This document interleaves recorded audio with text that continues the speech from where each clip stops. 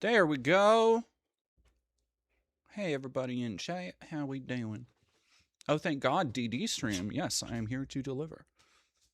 I'm going to swap my glasses out real quick for the ones without the lenses because I like the look now, but it is not doing me. We're going to turn on some vapor beats as well.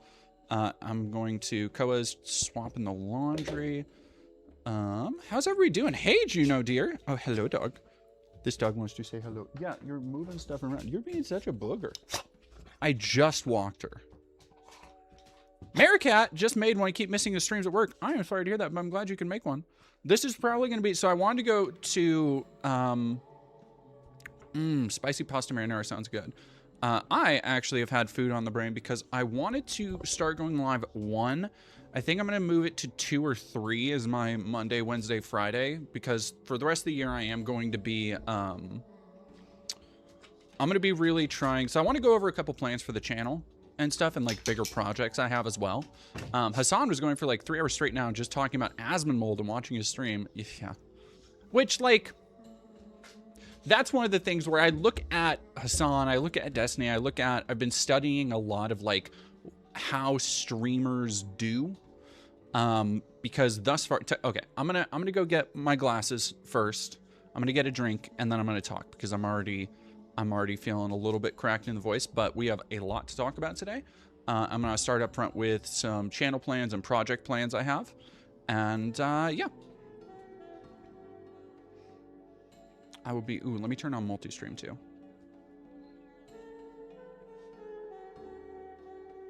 Howdy, Vesper and Salem Kunwich. Robin's Aviary, Hassan does great stuff for leftism, but not gonna lie, every time I go into a stream, it kind of feels like walking into toxic sludge. It's like an absolutely unfucking tenable, like it's unmanageable. Like I have, you know, on a crazy cracked day, I think the highest I've ever had in my chat, it was either the Trump assassination or the Charlie Kirk thing. But I think it got up to like 1,500, which is a lot for me. And that's a lot to manage, but I can still like kind of interact with chat. When you look at Hassan, like an average middle of the day Hassan stream will be like 22,000 viewers or some shit. And it's like, okay, there's just absolutely not a, there's not a chance to like manage that, I feel, at a certain point. But I will be right back. Oh yeah, Grok did some shit. So that is that will be my first research and interview project of the year, which I've been working on all day. And he had 300,000. Yeah, that tracked. Also, Blade Valiant 546 on YouTube. I mean, like, I'm assuming that since you chatted about it publicly, you're okay with me addressing it publicly, but Blade Valiant 546, wife had a miscarriage, so we are dealing with that together. I am incredibly sorry, and that is a very hard thing that I wouldn't wish on anybody. And if there's anything the community can do to help, please let me know. I myself, I mean, this is not a fun fact, I guess, but my mom miscarried 3 times before having me.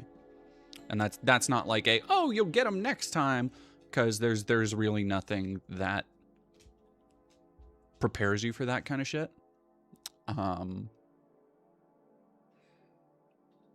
Yeah, that's awful, and I'm really sorry. But I am glad that you at least are able to comfort and be there together, because these things are so much worse and so much harder to deal with when you don't have somebody who cares. Blade Valiant, I appreciate that. It was really early, but we were doing great, and that is comforting because they often think it's their fault. No, it's not. It's the idea that like, oh, it's my fault, oh, there's something wrong with me, is like 99 times out of 100 not fucking true. Don't quote me on that. Like, somebody's gonna be pedantic and look up, well, actually, but like in most cases, it's a hugely like, it's got to be intensely psychological damaging. I couldn't even fucking imagine, honestly. But I think the more important thing to try and focus on, to try and, you know, it's one of those things where you can't really turn a negative into a positive. Like what is the positive? There's not one there. But I think there are ways to rely on the positive that you do have, especially if you have somebody with you. That there is more to everything than just this thing. And, you know, anyway. Yes, I need to go. Apparently, the first 6 weeks is nearly 1 in 350-50. That actually tracks in a weird way. Going to women's health clinic for a couple months, the same hospital. We lost twins that go around. That's where we stopped trying. God damn. I am sorry, Salem Kuno H. Just bad luck. Yep. And it again, it sucks because you spend, you know, especially when you're pregnant in those first 2 trimesters, it can be, and I say this as somebody I've never gotten anybody pregnant that I know of. I don't have any kids, so like, with a grain of salt, but from people I know, from things I've witnessed, like those first 3 to 4 months, they are so exciting, they're so intense, but you put so much fucking emotion into it and investment, and like, you know, you get to thinking like, okay, this is gonna be my future, this is the rest of life, and it's scary, it's intimidating, it's stressful, and then to have that kind of ripped out from under you is rough. But I think that's, you know, that's why we come in pairs. All right, I am going to go really quick, change my glasses out, and then we'll get started on talking about some plans.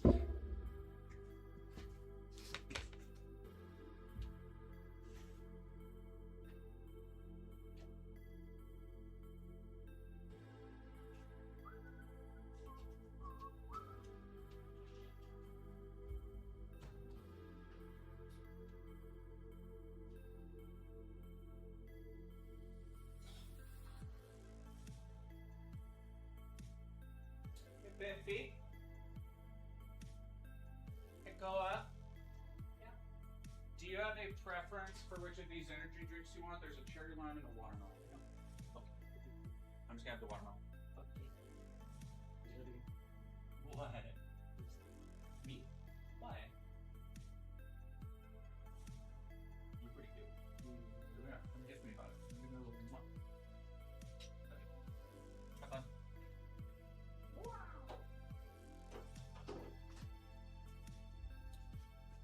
Okie dokie, chat.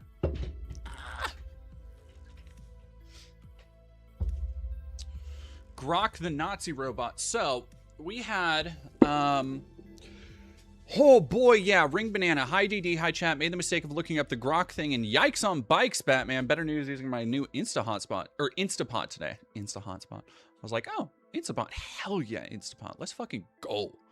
I think so. Yeah, let's talk about the first thing so I'm still working on the Destiny piece. I put in about 4 hours of work. I'm doing a new thing where when I do those longer, like the Brianna Wu, the Matt Walsh piece, when I do those longer videos, what I tend to do is I have the full script and I will insert, and I use the script as kind of a skeleton, and I refer to it like as putting meat on the bones, where I will insert clips that I'll go through, spend hours watching their footage, catalog it, find the relevant clips, put it in. What I'm doing this time instead, because there are so fucking many big clips with Destiny, and I was able to download them in HD now, as opposed to like screen recording them, I'm going by subject and part of the essay. So I'm basically taking videos, like for example, I took probably 20 plus hours worth of video and truncated it into about a half hour. That is just the clips I'm going to use, and that has been a travail. That's been a adventure. It's been rough, but I think it is going to, at the end of the day, make the final process of putting everything together much smoother and easier. So, and I don't want to say like firmly it'll be out this time, because y'all know me, shit changes. Like there have even been times that as I'm going through footage, I'm like, okay, no, I gotta I gotta show this off because it's fucking insane that he would say this shit. But yeah, so I am hoping, if all goes well, the big Destiny, I feel comfortable saying it's gonna be more than 2.5 hours. The big Destiny deep dive will be done next Friday, hopefully. In between then, and first off, thank you, Dustin the Dam, for 27 months total, 21 months in a row. Hi. And Rainerar, thank you very much for following. So Nada, thank you for following. Wifey Androgen, thank you for following. Antidome, my New Year's resolution is to hopefully start HRT. I'm still debating on either Hannah or Gracie. I like Hannah. Gracie sounds a little too... I don't know, maybe it's because I've never known a Gracie, so, like, to me, Gracie sounds like a kid's name. Like, it has a... Like, it has a Jimmy quality to it. Like the video game Destiny? God, I fucking wish. I would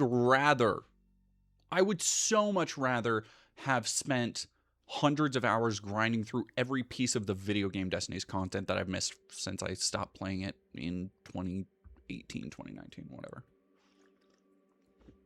Where did this blouse come from? My partner, Koa. I was, yeah, I just needed something to stand out against the background. And I was like, ooh, babe, can I have that? And they were like, yeah. Juno, I named myself after a Roman goddess because I am very humble. It's because you have... No, it's because you came equipped with a legendary weapon. That's why. That's why that works for you. Purple Lemons, thank you very much for following. And I want to say, by the way, Antidome, that I don't dislike the name Gracie at all. Nice blouse. It would look great tied around my... Jesus Christ, Tony. I was just telling Koa... I was just talking to Koa about how we need to have you and Bailey come over. Juno is the goddess of fertility. Yeah, so that's fitting. That's fitting with you. We have not discussed Grok. We will. Oh, Stella's pretty good. Stella's really cute. Melinui? Blade Valant will name our daughter. It's Melinui. Hey, babe. How is the Hades 2 protagonist name pronounced? No, is it Melinui? Okay, I also believe it's Melinui. Koa is the Hades expert. I only found that out after the change. Well, see, and that's what it's meant to be. It's meant to be. Yeah, so the Destiny piece is coming along. The Floating Rocks piece is also coming along apace. The more I've gone through it, the more I've kind of polished that thing up. The Floating Rocks piece has gone from something that I was like, what the fuck am I doing here, to something that I really hope I get to do a lot more of, which is just kind of, I don't know, it's part of it is very meandering, part of it is very dawdling by necessity, because I'm talking about, like, I get a little bit too into the weeds on, like, ooh, the dreams that we're making, and, like, how do we experience dreams when they're not something crafted for our mind, but something that is meant to emulate dreams. So it's a little bit more Psych 101 than I've gotten so far, but I think it ties together in a really nice way. It's going to be an ADHD-ass video essay. And that's the one I interviewed American McGee for. Somebody actually complimented me on the American McGee plushie Dreadful behind me. That was a gift from American after our interview. So again, shout out to American McGee for being a real one. I'm so excited to bring that video to everybody. And then I want to talk about two of the bigger, well, okay, one of them I can't talk about. One, I have a... So last year I talked about, and again, this is getting all of the oh, holy shit, Salem Kunoich, thank you so much for gifting subs. Juliana, thank you for gifting a tier 1 sub to Juno Deer. Salem, thank you for gifting tier 1 subs to Pomplamoose, 3D Bob, The Prez Rickard, Kiev Indefer, and Lennon Cat Knows What to Do. Yeah, No, I got to sit down and talk to American Media. I'd been working on getting a hold of him for like, it was actually a little bit funny, because, and this is something I won't have a chance to really talk about in the video, but because I do a lot of like investigative journalism, and I haven't done like stings before. I've always been very upfront with somebody unless I'm doing an undercover piece. And so I reached out to him personally, and he was like kind of taken aback because looking at a lot of my stuff is very political. And so we went through a lot of like conversing and back and forth, just to be like, yes, no, I want to get back to like more cultural criticism, video game stuff, this coming year. And I have a really cool idea for a piece, and I pitched it, and he was kind enough to give me like an hour and sit down with me. So that is wonderful. I also, so I was saying American McGee. Yes. So I am tentatively, I'm still working through the broad details, but I have 2 bigger projects that I'm working on. 3, technically. 2 of them, no idea how long they will take, so I can't really put a label on it. One of them is going to be all year, because the whole impetus of this, and I really, before I fully embark on this, because I haven't like cemented it yet, I do want to get feedback from the chat, if anybody cares about it, if anybody's interested in this, or if I'm just stupid, because I have an idea to do a kind of documentary on modern media consumption, on physical media, through the lens of, as a gamer, the only games I would play for the whole year would be on the PlayStation 2 generation. So basically, I am taking away the generation that became of consoles, the 360, taking away everything before the big like internet boom, before you were able to buy games online, online sales, every fucking game had a Call of Duty like multiplayer, and seeing, okay, in the modern content landscape, what does it mean to strip everything back and go back to something tactile, something more analog? Even though I know it's not like purely analog, but I think it's a really fascinating idea. The thing I'm worried about is that there won't be anything interesting that I find out from that, which would be a fucking bummer. But so that is one big project this year. Another one I can't talk about, like I said, because so last year I was planning in the beginning of the year to do another infiltration piece that, if you watch the video I did with the pissed off lawyer, or I did covering the pissed off lawyer, you will know why that never came to fruition. I was never able to actually put together the undercover piece because of various other things that made me go, maybe not. However, recent events have transpired, and I have a idea for another kind of sneaky infiltration piece that I cannot talk about. So I guess stay tuned on that. And then the third idea for a kind of bigger investigative project would have to do with, it'd be more of a social experiment having to do with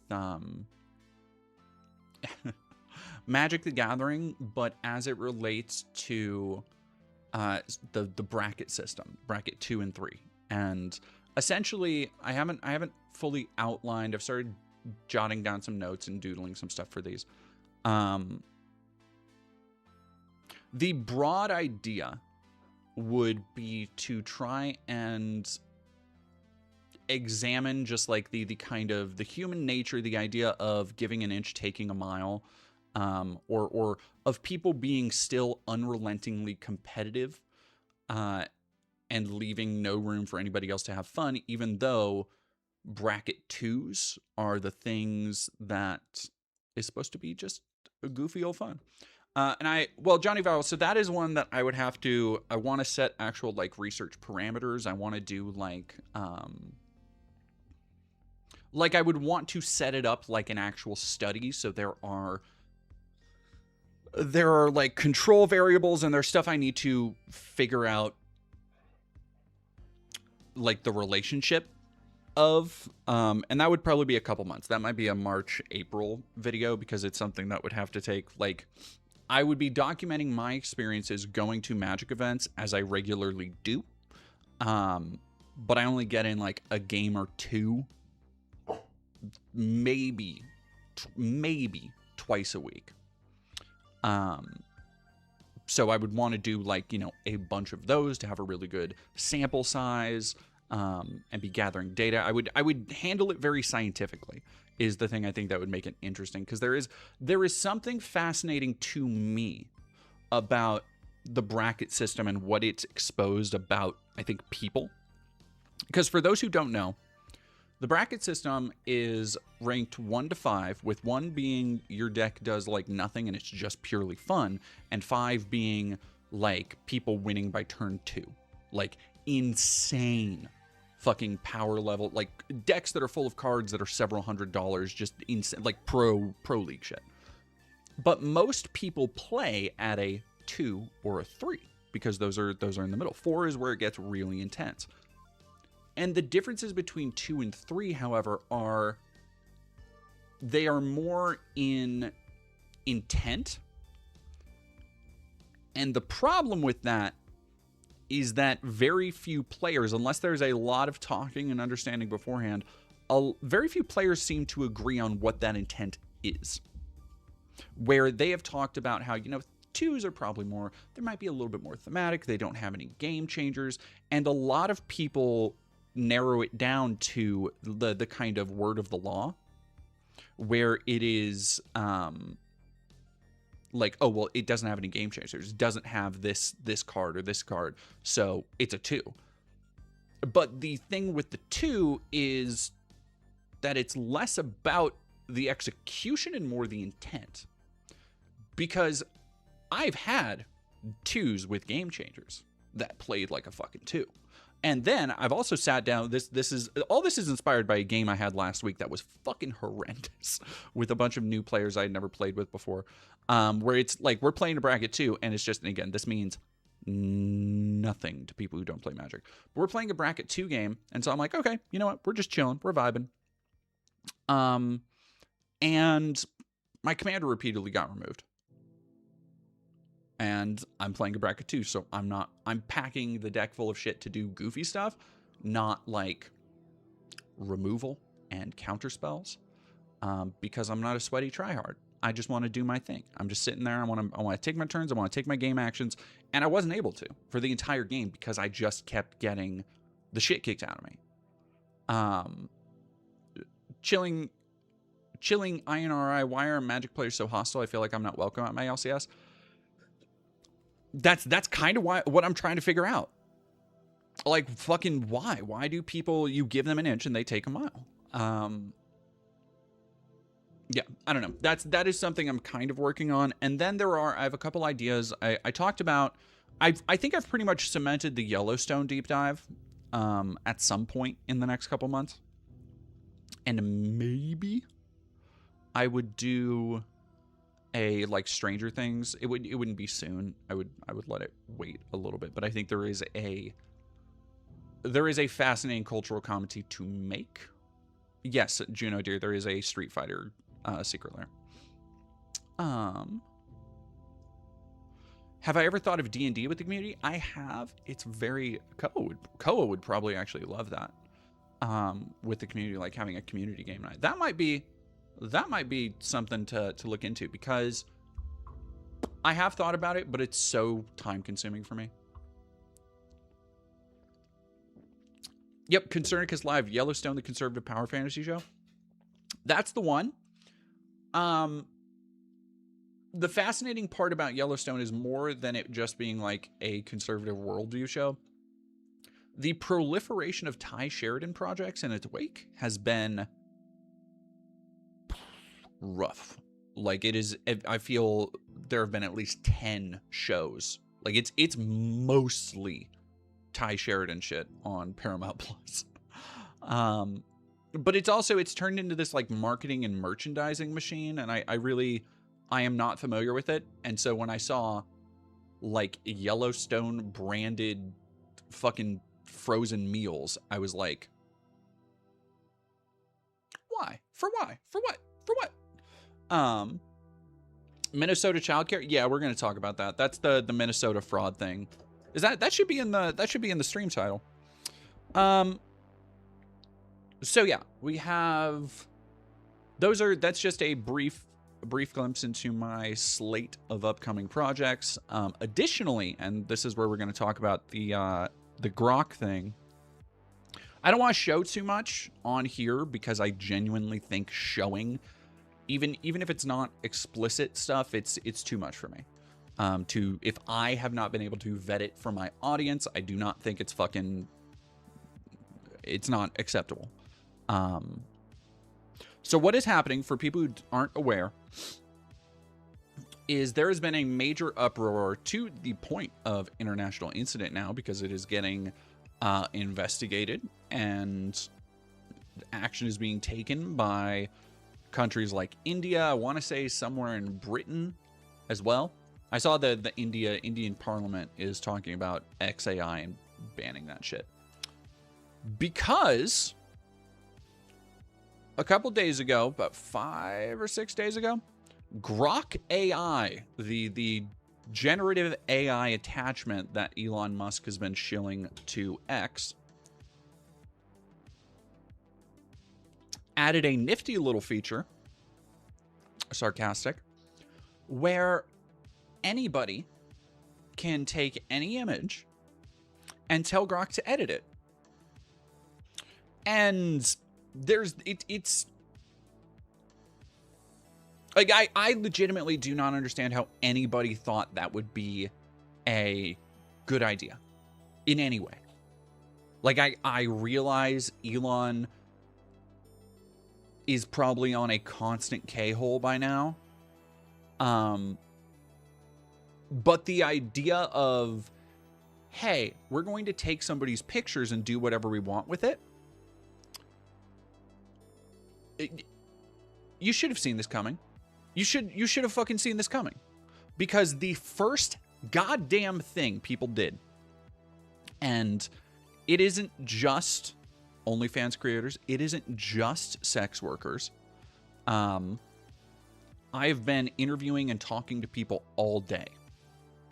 I have 3 people I'm scheduled to interview over the weekend. I want to have a video on this out with their testimonials by Monday. Because it has been, there have been dozens, if not hundreds, of people coming forward with stories of their pictures, just, and I mean random, innocuous shit, like school pictures. Being, people will be like, oh, Grok, can you put this person in a string bikini, very thin, with mayonnaise on their face, or with donut glaze all over them? And when women speak out about it, they are targeted and harassed even more. The thing is that Elon knows about this because he has been trying to play it off like a joke. He's been running, as usual, the worst PR of all fucking time. And instead of understanding that, oh, Elon, you have created a child sexual abuse material engine and a revenge porn creation tool for the worst people on the planet. Instead, he's just going, oh, look, I put this microwave in a bikini. Isn't that so funny? Grok, tell me how funny this is, Grok. Because yeah, he tried to play it off like, oh, look, I can do this too. Isn't it funny? Because Elon was like, Grok, can you put Elon Musk in a bikini as well? Yeah, so Nathan Yu, 1899, school pictures, so children. Yeah, that's the other half. Because the worst, most unfuckable incel dorks have overtaken Twitter. And this is the part that is harder to talk about for me.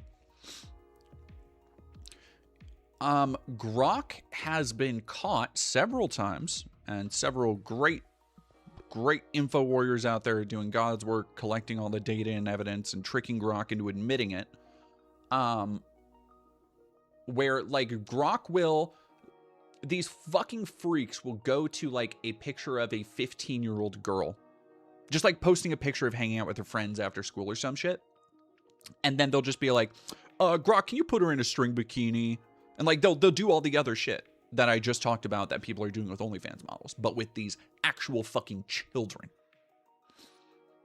And then Grok will do it because apparently there was no oversight. Nobody could have fucking predicted that this would happen.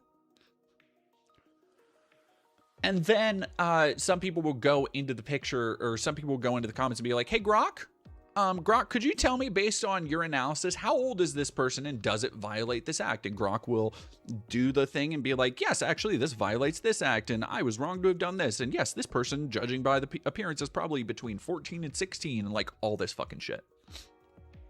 And it's horrendous. It is unbelievably horrendous. I have nothing but the worst things to wish on the people doing that. And I'm going to sneeze. Sorry, give me a second. Maybe not. So I am working on an investigative piece about that. I've talked to over a dozen people, women, femmes, all sorts of gender alignments, all sorts of, like, I've talked to single moms. I've talked to, like, people. Oh, hang on. All right, here comes the sneeze. Sorry, lady did not like that.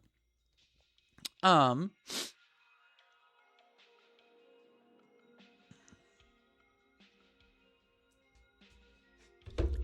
baby. Hello. She came over to check if I was okay. You can go back to your nap, honey. You can go back to your nap. You're a little napping dog. Oh, goodness. Excuse me. Delta Machine, thank you for following. And X-Scythe, thank you for following. Oh, excuse me. Sorry. And also, if you're watching on Twitch, don't forget we are trying to get to 10K. I want to get to 20K this year. That's my big goal. But that's a little pie in the sky right now. We gotta hit that 10K marker first. You heading out, my love? How do you feel about Destiny or Dead Domain Community D&D night? Dead Domain Community D&D night? Dead Domain Community D&D night, Queen? Community D&D night, Queen? Awesome Stella wants D&D night, so maybe we could get that going in the chat. That could be fun. That could be fun. Okay, hello. I love you. Keep me posted. Send me pics. I will keep you posted. I'll send you pics and I'll be back before 6. I love you. Love you. Okay. Oh, Juno says hi. Oh, hi, Juno. Koa says hi, Juno. Thank you so much, Ron's KFC, for $4.99. Kudos to South Korea for being the first company to implement AI content laws. This will eventually bump heads with Grok. God, I fucking hope so. It's, yeah, the Grok situation is, like, it makes me so mad to see it, and it's been wall to wall. If you go onto, and maybe it's just because I'm friends with a lot of models and I'm friends with a lot of, like, very outspoken women, but it's fucking rough. Yeah, so hopefully we'll have a fun is not the right word. We will have a, what I would call a necessary deep dive piece, from the victims of the harassment campaign that Elon is allowing to happen unabated. We'll be able to hear in their own words the stories of how and why they have been targeted. And spoilers, it's because they're women. Yeah, we have not only the best, but also the worst start to 2026.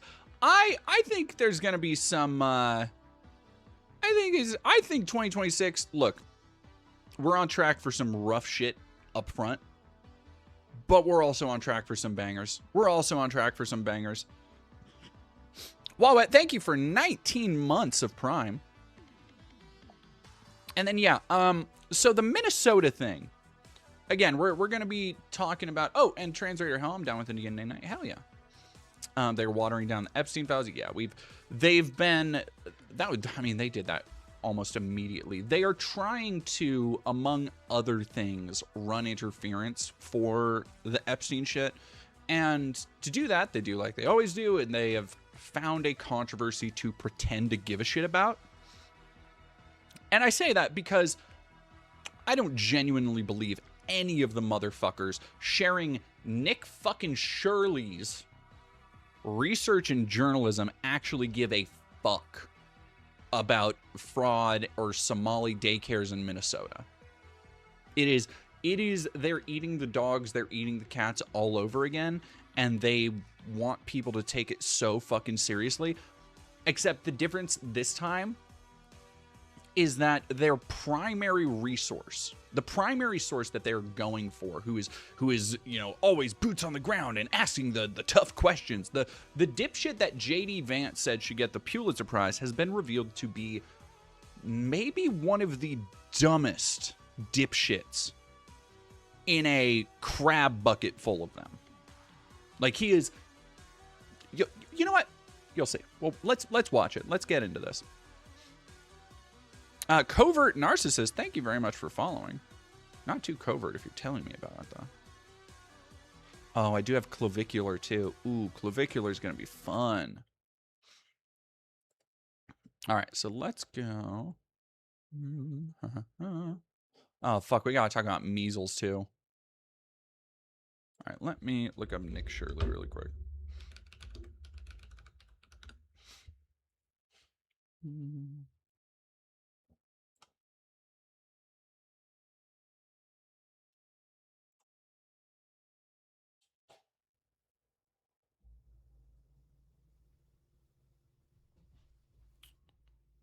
Jesus Christ.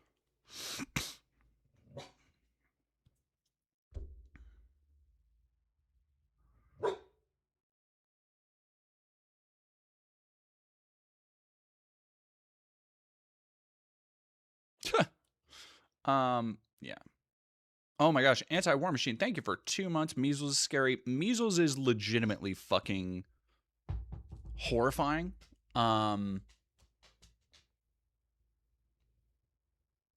Yeah, that's going to be its own segment, so we will talk about that.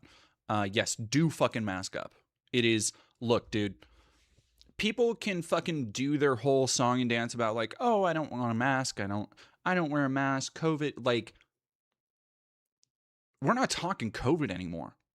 We're talking fucking measles. Ugh. Mistress Arby, thank you very much for 3 months. Mentioning subs made me remember to subscribe. Also, push the like button. Yes, do not. Masks should be back. Masks should definitely be back. And you know the most insane part about it is that, like, they didn't have to be. And we all knew that, even if we're vaccinated. Yeah, because measles mutates.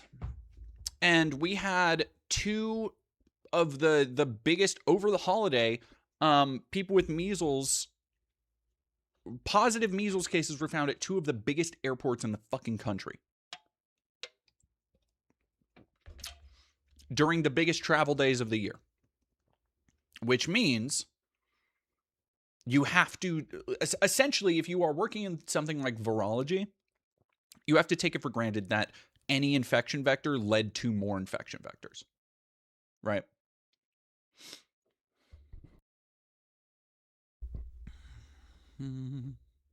Hey, CD Barra. Ooh, Leha Miller. You know what? That'll actually be great for me. I like Leah's stuff. Leah? I think it's Leah.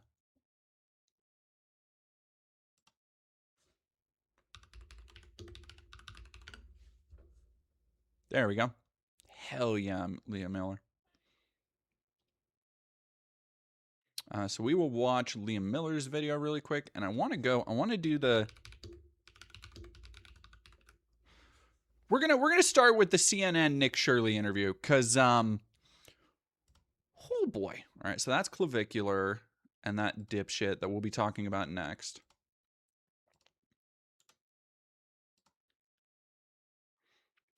But let's do.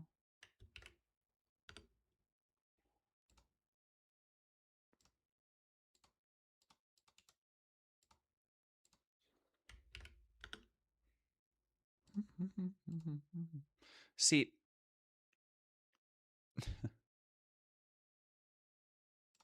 Koa has been doing a lot of practice for Be More Chill.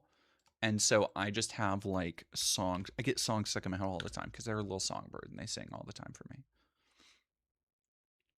Have a great rest of your night, Anti-War Machine. A great rest of your day, Anti-War Machine. Oh boy. Hope I had a happy new year. You know, we actually had a really good new year. Because we had, I mean, we spent a lot of new year on here with y'all.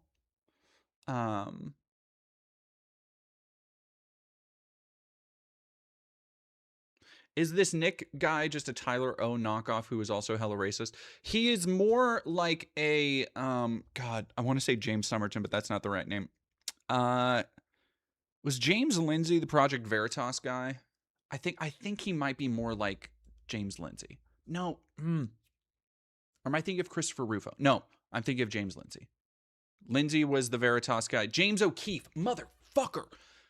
Oh, I knew it. I knew it was a James. God, there's so many of these.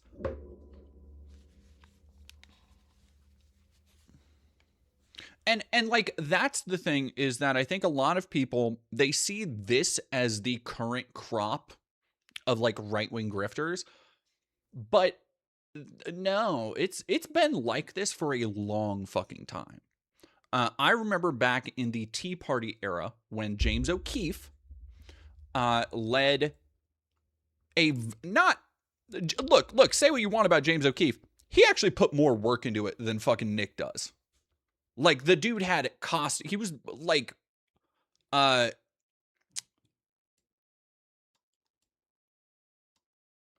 he was straight fletching it. You know, he was like doing disguises.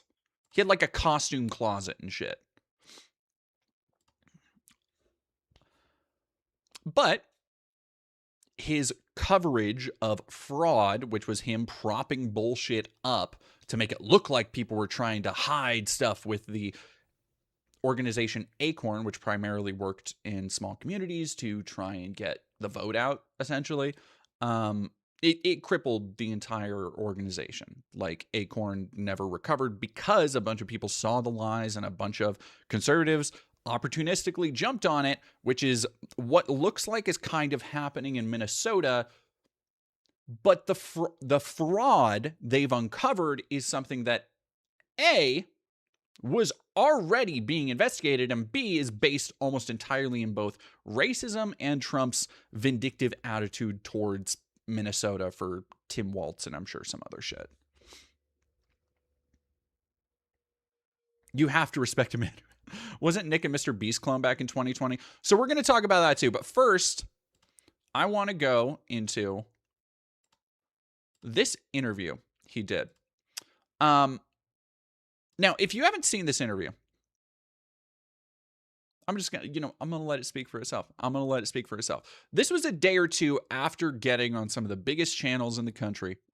And what we're going to see here, this is going to become a commonality. If you'll remember, for example, the video I did at the beginning of the year on Jubilee and the kind of Nazis and the Groypers who try to go there and try and get attention and try and build a career off of it, essentially.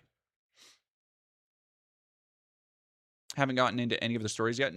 We have. We talked about the Grok thing, and we're talking about the Minnesota fraud right now.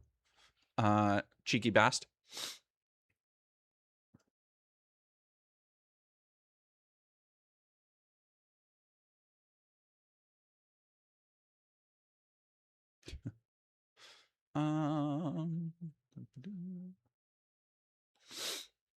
Excuse me. Oh, Nick has his own owns compilation? Hell yeah, dude. Let's go. Let's watch this dude try and own people. So first, I want to watch this. This is MAGA YouTuber Nick Shirley. Back at a daycare in Minnesota, he alleged was a fraudulent facility in a now viral video. People are going to say this is a left or right issue, but no, fraud is fraud. And so I'm not out here trying to put a twist on things. Shirley's viral video, released over the weekend, in which he says he's uncovering tens of millions. So, chat, we're going to play one of our favorite games, and that is, how old do you think this conservative influencer is? Just based on physical appearance. Just based on physical appearance. So I want to see in the chat, what do we got? What do we got? Give me some. Give me some. Give me some. If you don't know, only if you don't know. No points for if you do know. Millions of dollars in fraud at Minneapolis daycares run by the Somali community was retweeted by Elon Musk and Vice President J.D. Vance. In the video, Shirley tries to open locked doors and talk to people at various daycares he claims are frauds. Did you come during their normal operating hours when you came to visit? I came at 11 a.m., I believe, and I also came the following day, later in the day. The point of it is not whether or not I came at the right time of their operation hours. The point is that blacked out doors, they can't give you any information. You call that number, no one answers. I wasn't trying to go inside, and there should be a way for somebody to actually be able to call that number and somebody be able to answer. These aren't real businesses. But surely you don't think a daycare should just be unlocked. You shouldn't be able to just walk into a There daycare. should be a reception. No, There should. every daycare is locked. They have a So what they are essentially, if you haven't found, or if you haven't had this controversy come across your feed, what they're essentially alleging is that these Somali-run daycares are funneling money through a complex web of funds, that they're basically like mob front style businesses for Democrat money laundering schemes in Minneapolis. From what I've gathered so far. And it's shit like this where you have dipshits alleging that, well, you should be able to go into a daycare. Like, why are the windows at this place that houses young children blacked out? Why, if I go in the afternoon, is there nobody working there? Yes, please answer me this. Obviously, it's not a real business. As opposed to, hey, what the fuck, dude? Why are you bringing masked camera crews into a place with young children?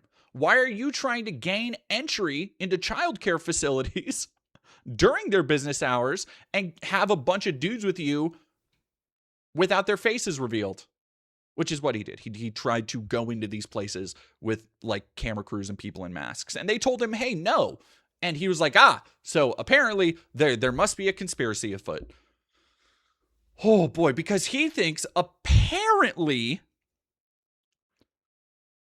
the Minnesota daycare centers should have reception areas. And no, he's 23 years old. He is stuck in that permanent JD Vance face where he's going to look both 23 and 46 for the next 30 years. LMM, thank you very much for following. Yeah, he is a rough 23. And so, okay, you bring up a fair point. Then why can't they actually give me information how to enroll a child? Federal law enforcement has been investigating fraud in Minnesota for several years.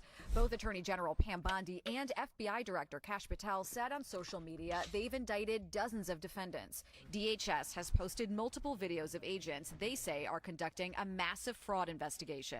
Do you think that federal law enforcement hasn't done enough? I mean, they would say, look, these fraud cases have been going on, but they've already done like 80 indictments. The cases have been going on, for years. And why did I show up one day in Minnesota and go to all these daycares, no children? They're receiving millions of dollars. Yes, the Minnesota daycares are receiving millions of dollars. But there's a better question that you just asked yourself there. Why did I show up in Minnesota one day and go to all these daycares and didn't find any children? I feel like if you're asking that, you gotta take a couple steps back and just like re-examine everything about your life, dude.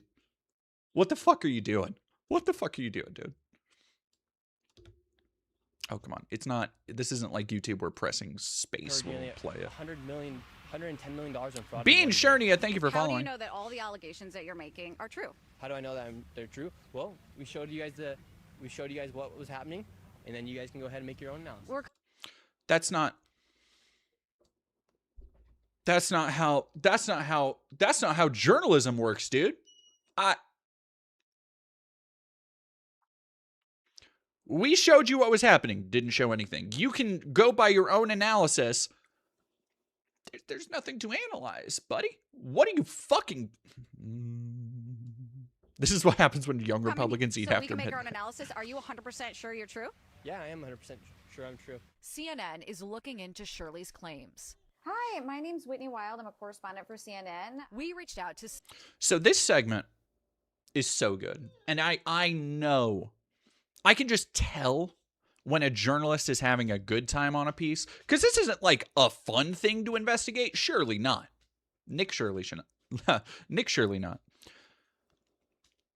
But if you are a journalist and you have a chance to easily fucking slam dunk disprove the conservative flavor of the week, who fucking JD Vance is out here saying, we should actually be able to... What are you doing, lady?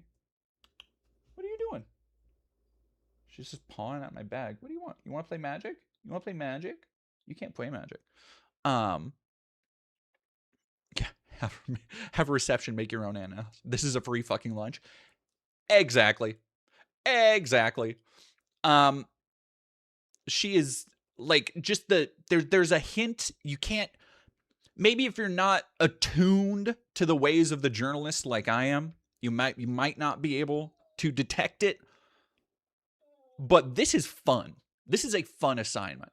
Like, this is way more fun to disprove this bullshit and essentially dunk on the entire conservative establishment than, any of the other local Minnesota shit I'm sure they're doing.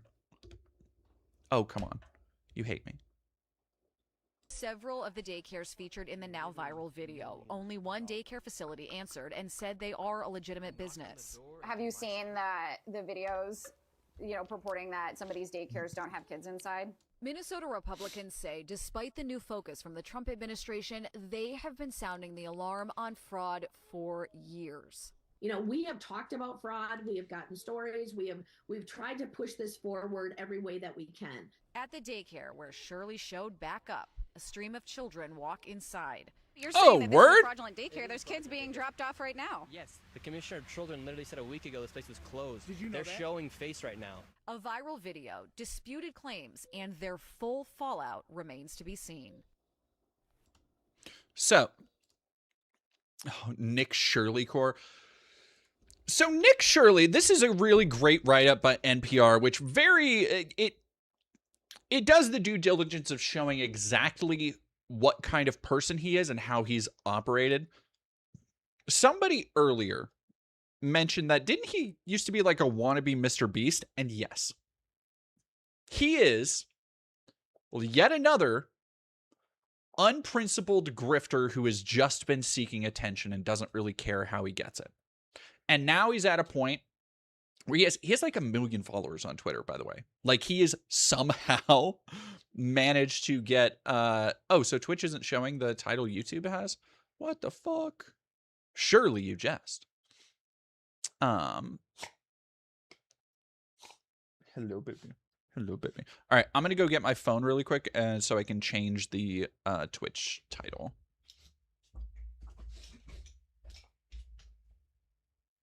Oh, Kid Ben. Oh, Kid Ben.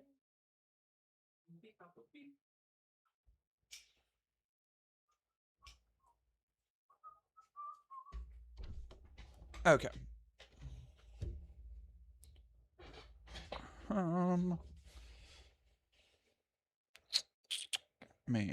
What was I doing? Oh yeah, Twitch. Hello, dog. Hello, little puppy. Hello, puppy.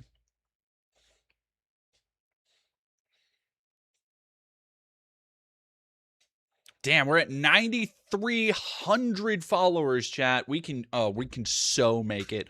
We can so make it to 20K this year. Ooh, we're gonna blow up. Hello, dog. There you go. We got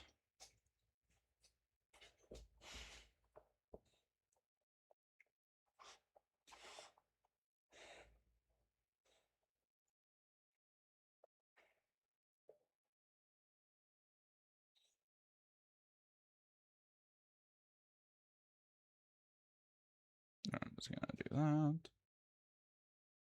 What do you mean I can't update my title? What the fuck? That's fucking hateful. Why would you do this to me? Why would you do this to me? You know what? It's fine. It's fine.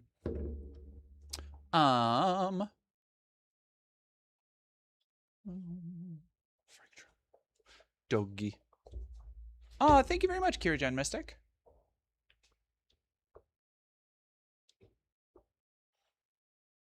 So, Nick Shirley, from this NPR write-up, they do a really good job of outlining how this is somebody who has always had delusions of grandeur, who has always had, which is to me one of the most dangerous things. You see this a little bit with J.D. Vance. They feel, for whatever reason, these completely mediocre, unremarkable, uncharismatic, not very talented, and not very smart white men feel like they have the fucking mandate of heaven and that they are destined for some kind of greatness. Seen other streamers update with chat commands. Maybe there's a plugin out there. I am going to, so I still do have the stream deck that I need to fill out. That'll be another thing for this year. So additionally, another thing that is coming this year that everybody can look forward to is going to be a art revamp. A new YouTube trailer will be coming. And then maybe if I can get it to look a way I like, I might have a new intro as well. But I'm serious. I'm moving this year, which I don't have any concrete plans to, but I'm manifesting, you know, like I am saying this year I am moving. This year I am getting bigger. Because like on a personal level, last year was really fucking rough. It was really rough for making content. I wasn't enjoying a lot of the content. Oh no, Carnal MD. I already have the stream deck. No, it was bought for me on Throne. It's a wonderful, it's an Elgato. It has like 20 buttons. It's great. I just have to like plug it in, work it, set up Streamlabs again. I have to set up Streamlabs again anyway, or the stream stickers and stuff. Because I haven't had stream stickers in over a year, I think. Hi, X-Scythe. You've been here for a minute. Might have been about to make a bad financial decision. I mean, like, look, the Ko-Fi is always open if you want to send money. I have to fucking buy, I have to get Mrs. Food, and I just spent fucking $80 on ladies' food. Animals. And I gotta take a lady to the vet. So, look, there is nothing, I am not lacking for things I need money for. Oh, gotta wait 30 minutes to talk. My algorithm had you on my front page. Oh, thank you very much, X. I am glad people are putting me on the front page. I appreciate that, Johnny Val. I am probably going to be... So another thing I'm probably going to do is at some point, and I don't want to put an open call out for it on socials yet, because it's... I don't want to get all the bots and shit, and I don't want to get multiple people talking to me about it, but I do want to at some point bring on a editor who can just do stream highlights. So another thing I'm doing, and I've already started downloading, I've already started cutting it up, but I will be doing a, hey now, that's enough of that. I will be doing a stream or a Let's Play channel for like the stuff I've done with Koa when I've played video games. I don't know when it's going to be. I already made the channel. I don't know how often it's going to be uploaded. I can't really say. But it's just going to be like kind of a receptacle for all of the video game streaming and stuff I do. So I'm going to re-upload what I have from Metal Gear Rising, when we played through all of Gears 2, Gears 3, anything else I play on stream this year, so like Mass Effect 3 and stuff.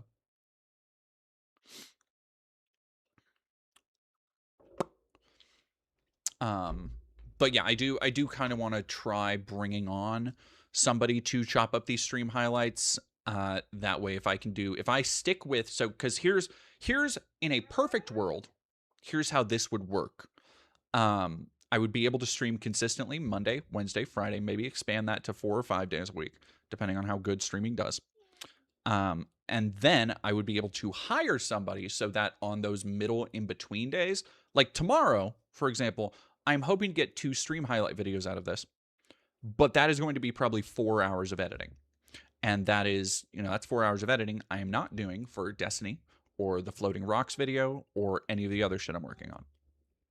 And so if I could get somebody to just edit those and pay them a fair portion without, you know, being detrimental to myself, I will probably do that. What do you mean? Carnal MD. For me? I'm using tricks of the eye? I'm not using tricks of the eye. White t-shirts make you look thicker and black t-shirts make you look thinner. Oh, like how white t-shirts. Oh, okay. No, I don't think I'm using tricks for the eyes. I think I just got big eyes. Dragon Cat Overload, why does editing take so long? Because I like to be very precise and thorough. I like to, well, especially when it's stuff like this, like all of this I would cut out of a video. And the thing I'm really worried about is finding somebody that can hit the right balance of cutting out, you know, mouth noises, cutting out stupid tangents, cutting out like some of the super chats when I read them if it doesn't have anything to do with the conversation at hand. Being able to stitch together, like if I talk about two things but there's a 45-minute tangent in between them, being able to cut that middle part out. Oh, lip plumper. Okay. Also not using lip plumper, but I appreciate it. You're pretty accomplished at it. I mean, like, feel free to like reach out to me because I would love some of that. Oh yeah, Blanchy, I know. Chock-a-block. Blanchy, I know it is Chock-a-block. But anyway, Nick Shirley, craven opportunist, the exact kind of self-interested loser that the current conservative movement is just, oh, they can't get enough of them. Can't get enough. Ravenous for this particular breed of unremarkable white man. A 23-year-old self-described independent YouTube journalist posted a 42-minute video on X and YouTube the day after Christmas. The Trump admin is freezing childcare funding to the state of Minnesota in response to a viral video. So that is the effect that this has had, by the way.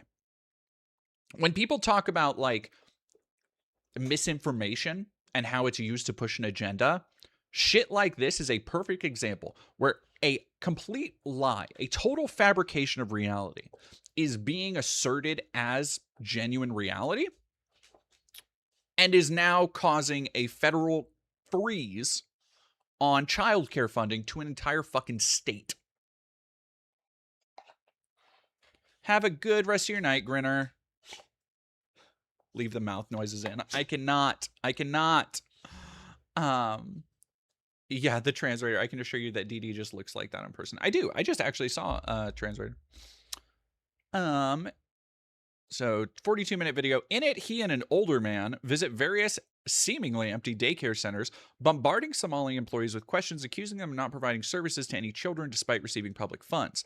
The pair claim to have exposed over $110 million in fraud. I love that. This is just like the Elon model. Like, you just point at something, you go like, yeah, no, I fucking saved everybody $1 billion. Like, pat me on the back. And because conservatives don't actually care what's real instead of what they can use for their narrative right now, they just go like, yeah, no, this is definitely true. We're going to freeze all childcare funding. Unfucking believable. Now, here's the important part, and Leah Miller's going to go over this as well in her video, I'm sure. Allegations of social services fraud have been the subject of Fed investigation and mainstream coverage for years. In one high-profile example, more than 90 individuals have been charged misappropriating some $250 million in federal COVID-19 relief funds. And a federal prosecutor said earlier this month that half or more of the roughly $18 billion in federal funds that supported 14 Minnesota-run programs since 2018 may have been stolen. However, Shirley's specific allegations have not been verified, with some challenging them in recent days. The manager of one Minnesota daycare has since said Shirley visited outside of its regular hours, while a CNN camera crew interviewing Shirley outside a different one filmed caregivers dropping off their kids. He dismissed them as showing face. So they just went apparently and got some kids. Oh yeah, no, we got the conservative journalists coming back. Get those kids over here. Like fucking what? What are you talking about? They take him out of the adrenochrome apparatus machine for a photo op? Like that. Incredible minds. Incredible minds.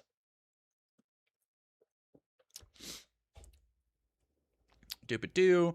Lack of evidence hasn't stopped a number of prominent conservatives, including Elon Musk, from amplifying and acting on Shirley's claims. Elon Musk, by the way, in a not so subtle way, basically said that he was declaring war on Somalians or immigrants or something. It's really hard to tell what the fuck he means anymore, because when you go to his... so we'll go watch that.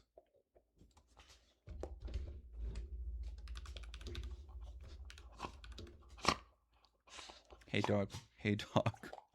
Thank you, lady. Bite me. So yeah, then it is war. Breaking: Somali TikToker threatens Elon Musk's life. I wouldn't worry too much about him. He's about to die. Yes, because this random Somali woman TikToker, which Libs of TikTok saw fit to put a fucking thing on, it's just one big grift circle jerk to these motherfuckers, where Libs of TikTok will find this random account that I'm sure has 200 followers, maybe, making a very obvious joke, and then we'll put her stamp on it because apparently now this is her content. But then some other dickhead dipshit Doge designer, which who knows, that could just be fucking Elon at this point, will retweet it, sharing it, getting a shit ton of engagement, 36 million off of Elon's retweet.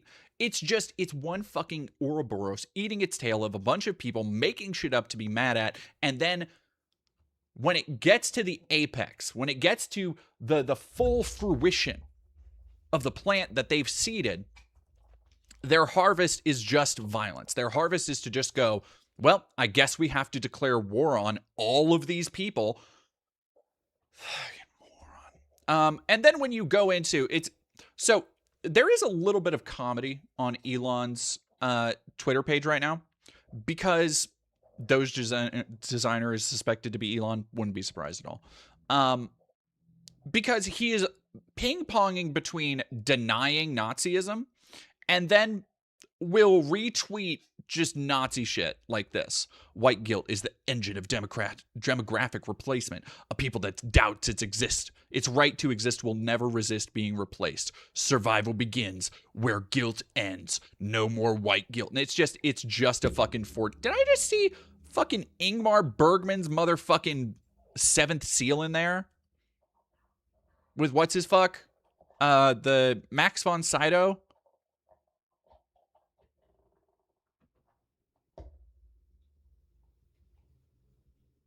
Hang on now. Yep, I did. I know what I fucking saw. Jesus Christ. Fuck this.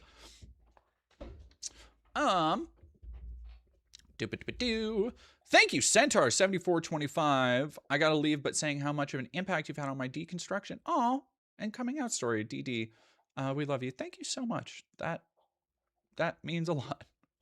But anyway, he will be like, ooh, yes, it's insane. War on white people. And also, he is retweeting a bunch of shit that is like, I'm definitely not a Nazi. Zoran Mamdani is the Nazi. Which I found the juxtaposition funny, because he will literally go from this stuff like, ooh, nope, definitely not a Nazi, to like 20 minutes fucking later is like, yes, actually the white race is in danger of being abolished. Except another thing I've noticed about this, and again, I don't want to turn this into the Elon show, because God knows he doesn't need any more attention.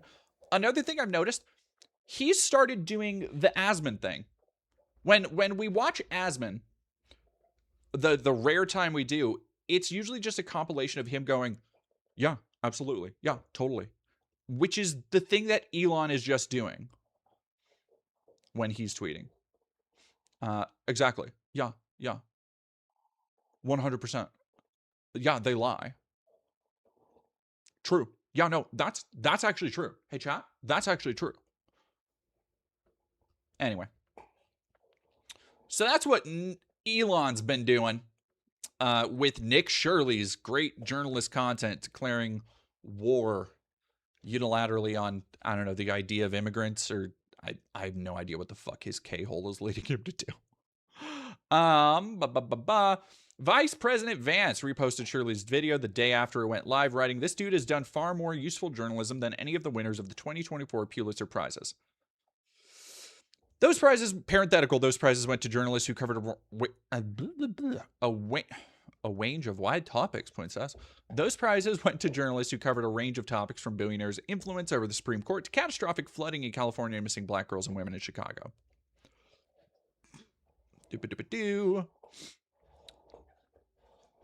FBI Director Kash Patel also responded, writing that even before the public conversation escalated online, the FBI had surged personnel and investigative resources to Minnesota to dismantle large-scale fraud schemes. Which, yeah, I'm sure. This wasn't at all Kash going, oh shit, I gotta look busy again. Fuck. Shirley, suddenly in the national spotlight, has expressed concerns about his safety and is asking supporters to donate to his security. Look, this is the thing. So I had to, for the Destiny video, I was going over his position on doxing recently. And there is a certain level of risk that you take on and you should understand and accept if you want to be a fucking public figure. Because the second you do this, oh no, wait, what about my safety? What about my security shit? When you also desperately, obviously want to be on Fox News, it doesn't fucking fly. When you are targeting other people for harassment, you don't get to fucking be like, oh, well, he hit me. Like, fucking sack up, dude. Yeah, it is. It's soy as hell. I'm so fucking tired of the same people talking about how, well, men can't be men anymore, and the Democrats want to turn us all into women, and everybody transgender for everybody. Those same motherfuckers being, oh no, I'm just a little ooh small bean, don't hit me.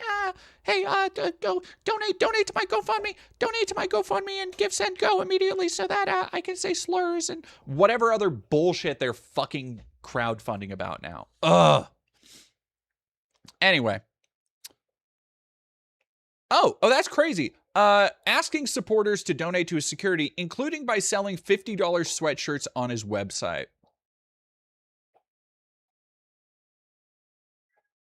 So, how does one become this way? And it's the same way that people like Mr. Beast, Nick Fuentes, Destiny, all became the craven, content-driven hobgoblins we all know today.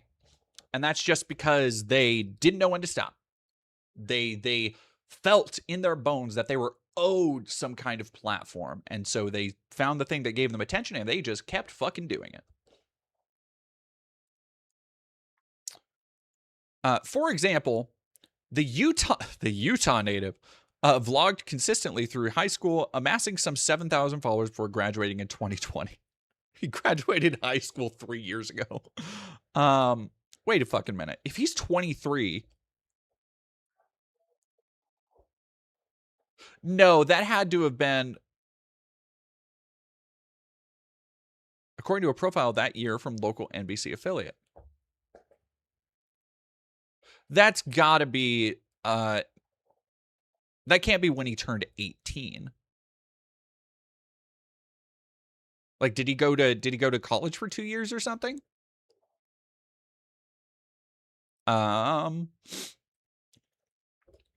Some people might not know who Nick Shirley is yet, but one day they will, it reads. That's the Rosetta Stone. That's the kit and caboodle right there. That is, like, everything you need to know is that somebody said, ooh, one day people are going to know who this is. And this unremarkable man from Utah took it and held it close to his heart. One of his earliest stunts was flying to New York at age 16 without telling his parents. Daring, dude. Really top-tier journalist over here.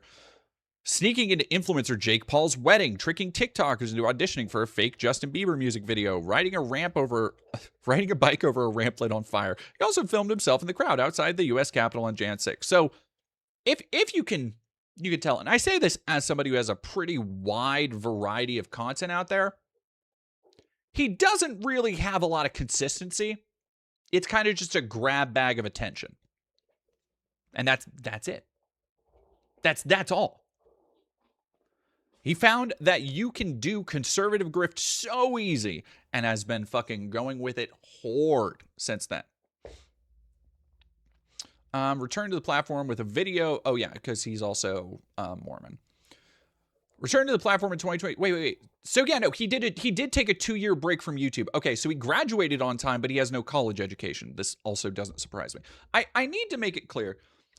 The word citizen journalist, or the phrase citizen journalist, keeps coming up in these conversations. And it's the kind of thing that Elon has tried to sell, the idea of the virtual town square, right?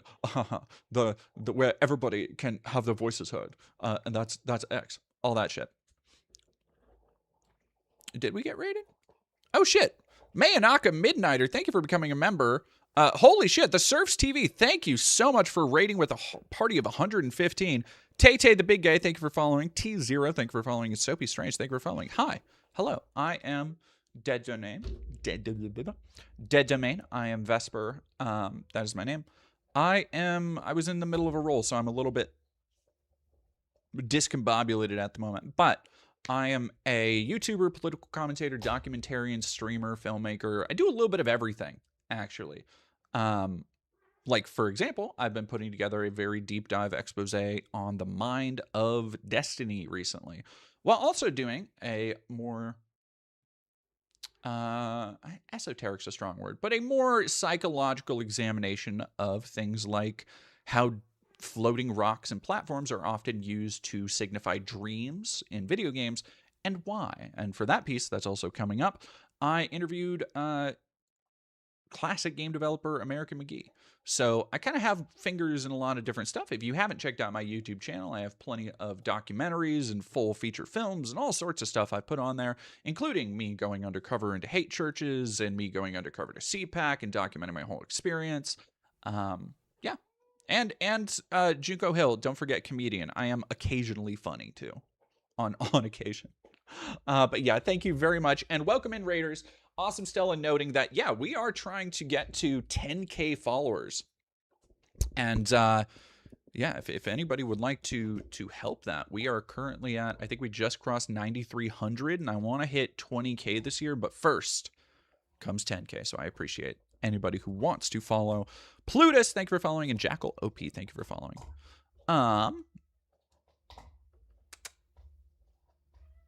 Oh, that's the saddest meow my cat is doing.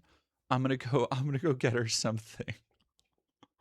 I got Destiny mixed up with someone else. That guy's a completely soulless grifter. Oh yeah. Oh yeah. Yeah, and Rolando, so this is Lamb Chop. The little Baphomet in the corner is my kind of channel mascot, Lamb Chop. And we love Lamb Chop very much. And so yeah, I'm gonna go feed Cat really quick. And yes, Mr. Chuck Grape, I absolutely agree. You look at Destiny's eyes and there's not a damn thing behind them. The fucking, it's kind of chilling, like watching the shit he said. And when you put it all, because you listen to Destiny for so long and you're like, okay, you know, he's making a point about this. He's really good at arguing. There are some things where I'm like, yeah, I see where he's coming from. I see the logic. I know why he's doing it. And it has nothing to do with him or his, well, no, it has nothing to do with his arguments. It's everything to do with him. Like, he himself is just a morally compromised husk of a person. It's fucking crazy. But yeah, I will be right back. Hello, Pippi. Yes, you want some goop? You want goop?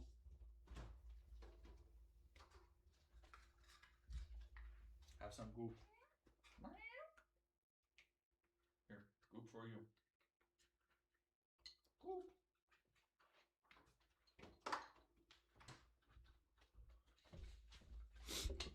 Oh, righty then, chats. Oh, also, I unfortunately am very good at a lot of voices, so if you suddenly hear Alex Jones or Tucker Carlson or Asmongold or Elon Musk coming out of your speakers. That's not them. It's just me. I'm sorry.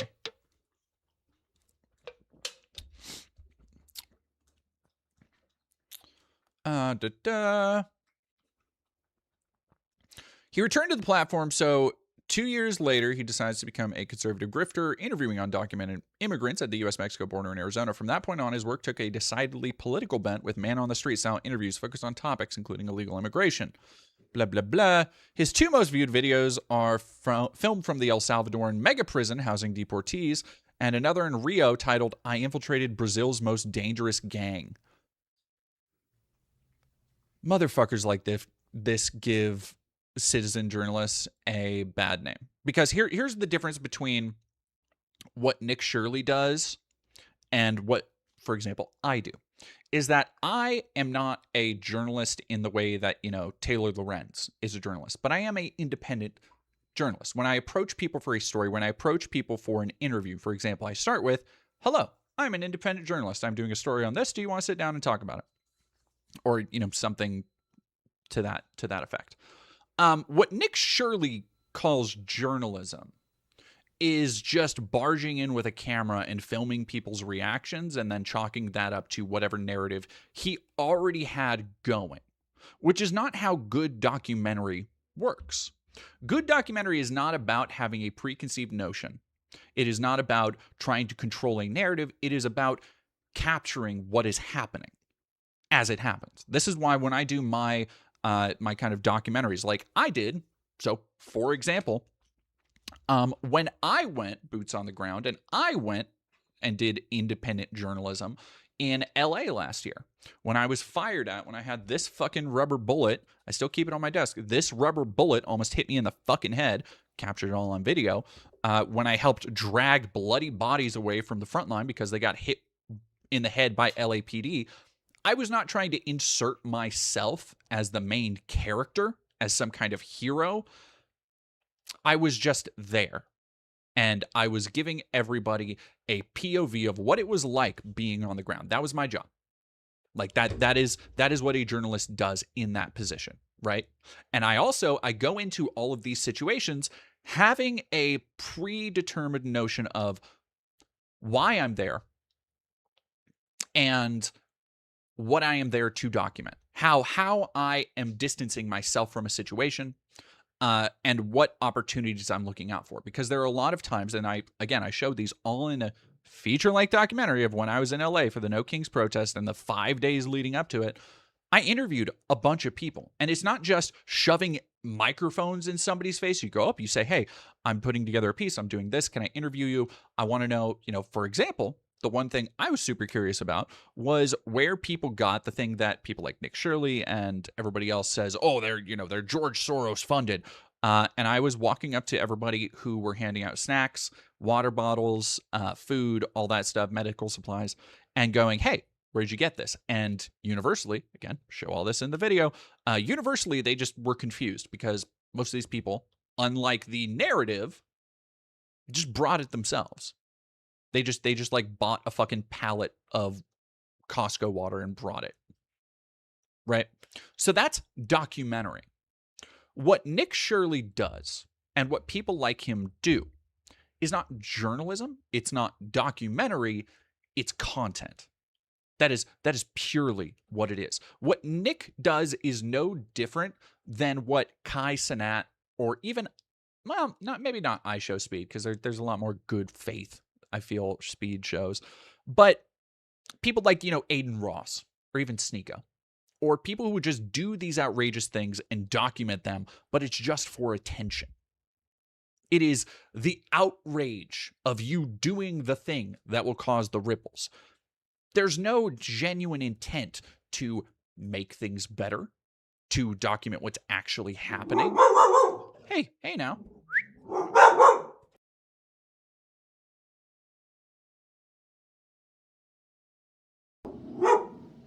Hey. I know. All right, give me 1 second. I'm gonna see if Lady's food is here because she's probably hungry.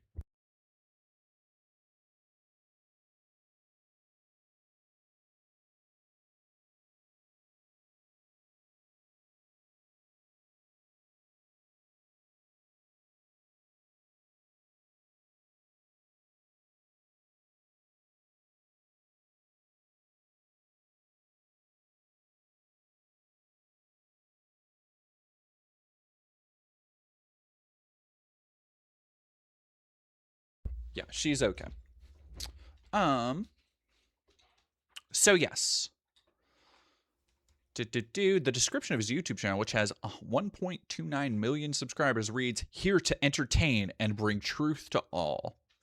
Let me tell you again, as somebody who has covered, and if you're a fan of the channel, if you've watched me on YouTube, if you've seen almost any of my stuff, you'll know, bringing the truth is actually rarely fun. Yeah, again, documenting things is not meant to be entertainment exclusively. It can be entertaining. There are certainly entertaining subjects that you can document. But it should not be the first foot you put forward as a journalist. Is not sensationalism or entertainment. It should be getting the fucking facts right. It should be showing people what's actually happening on the ground. It's very frustrating. It's very frustrating watching this kind of thing and realizing low key, if I had done equivalent actions from a right-wing perspective, I'd probably have over 1 million followers. I'd probably have been on Fox News. If I instead of infiltrating a transphobic hate church as a conservative cis man, if I had instead made a video infiltrating, what the fuck would get their goat? A college socialist drum circle or some shit. It would have been, I would have a different life right now. I'd be doing so much better. And that comes back to the just massive amount of resources behind a lot of these fucks. If you are selling $50 sweatshirts and being retweeted by JD Vance, you're not an independent journalist. You're just not. You have a profile. You have a profile enough that you are guaranteed to be making fucking money off of it. You're not out here struggling. This is stolen independent journalist valor right here. Right. This guy, rise to prominence, hit a new milestone when he was invited to participate in a White House roundtable about Antifa, the far-left ideology opposed to fascism. He introduced himself as a 100% independent YouTube journalist and said that while he's traveled to 15 countries, quote, "the most dangerous place I've been here in the United States because of anti-Trump protests." According to recent research from Harvard Kennedy School, the thousands of local protests during Trump's second term have yielded a, quote, "extremely low number of injuries, property damage, or arrests." Having been at several of these protests, I can confirm. Surely he's part of a broader group of right-leaning journalists. That's, again, I would say, look, I get editorializing is the thing, but I would say that journalists should be putting quotations objectively. Do not work for any particular outlet. The White House has embraced what it calls new media, giving them unprecedented levels of access at the same time that it places restrictions on established journalistic outlets. And it's exactly because of this, the reason why people like this are able to grift so quickly and so fast is because they don't need the facts to be correct. They just need the things being reported to support them. And they will fucking greenlight almost anybody. I fucking guarantee it.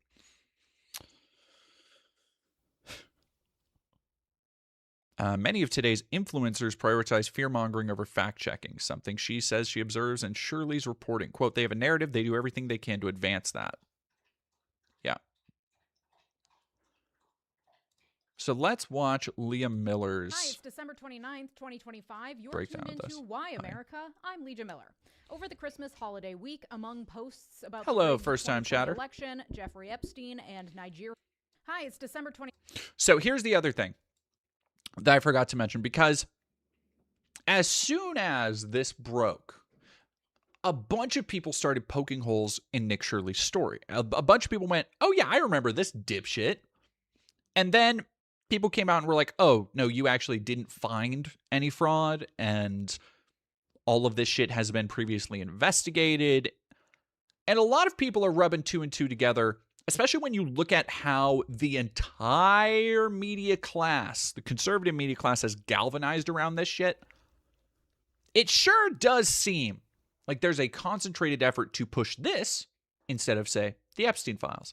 This is a great point to underline this is to go and look at Twitter right now, where you won't see, and you wouldn't even see it last week, where Trump was found in the Epstein files. The way it was framed in the little like Twitter news tab was that, oh, Trump mentioned an Epstein, but shows, you know, it was something about like trying to play it off as though it was actually, but really Clinton's the one. Now, the same thing, I forgot, I read half a thing and then I lost my fucking,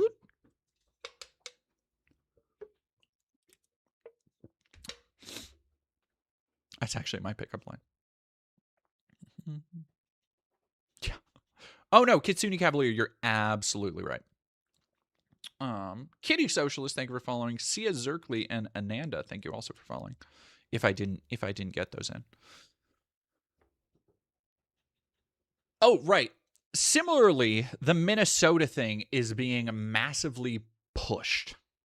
The Epstein shit completely doesn't matter what new shit's coming out. The controversy over Grok and AI, oddly, not really being talked about too terribly much in the Twitter algorithm. What is millions of fraud, and it's especially important to note the way it's being pushed in these little blurbs, is asserting that millions of fraud have been uncovered by Nick Shirley's actions. That this is an ongoing thing that they are bringing to light, even though it's not. So, again, here's what makes the current media environment so incredibly dangerous. This intersection of everything where people are even able to look at this and go, it's bullshit. People are very plainly able to look at this and go, what the fuck? This is all fucking fake. This is all made up. None of this is true. But it has been pushed enough because of people like Elon, because of the control exhibited over platforms, that they can now legally act on it, completely bypassing any actual investigation, because this is so serious. We need to act right now, even though it's not fucking real. That is the truly scary part to me about all of this, is that we're at a point where it seems like anybody can make up the wildest horseshit in the world, and as long as it's beneficial to the people in power, it doesn't matter if it's true or real. They can just take action on it. Because if something is, again, think about the way that they have conditioned their language in the last couple years. It has been the last couple of years. Since the Trump attempted assassinations, since Charlie Kirk, since January, I would go back to even January 6th.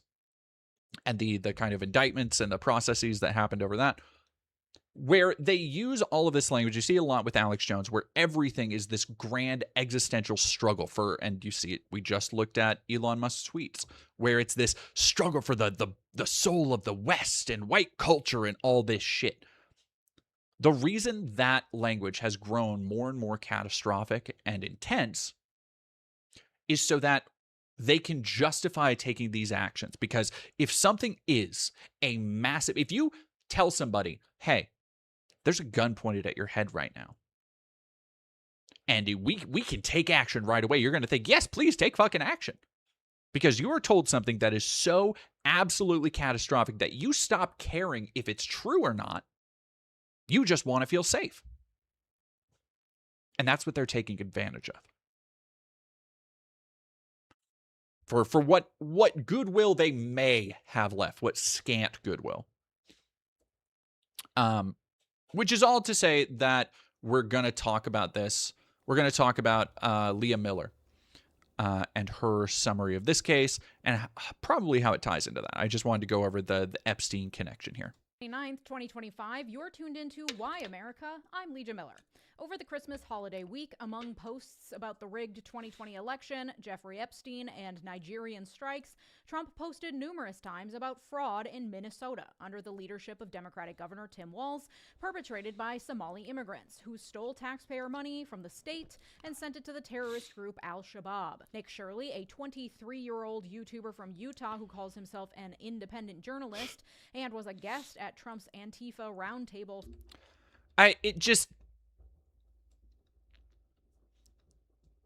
like, look, one of the other things we're going to talk about today are incels, and in particular the face mogging, like the really stupid dipshits who like hammer their jaws and shit. But as always, sorry, the right just aren't the ones to be mogging. Like they just aren't. Volume is way too low. Volume for me or for Leah?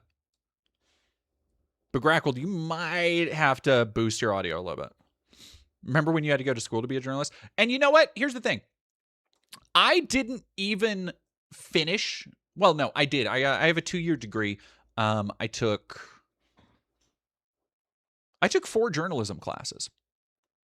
I don't have a journalism degree, but I have at least been educated in the basic tenets of journalism. Like by a pretty fucking good journalist.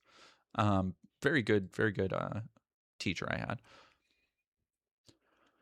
But it's just, he looks so old for 23. It's just, I don't know. I think for men, it's really hard when you hit that 20 stage.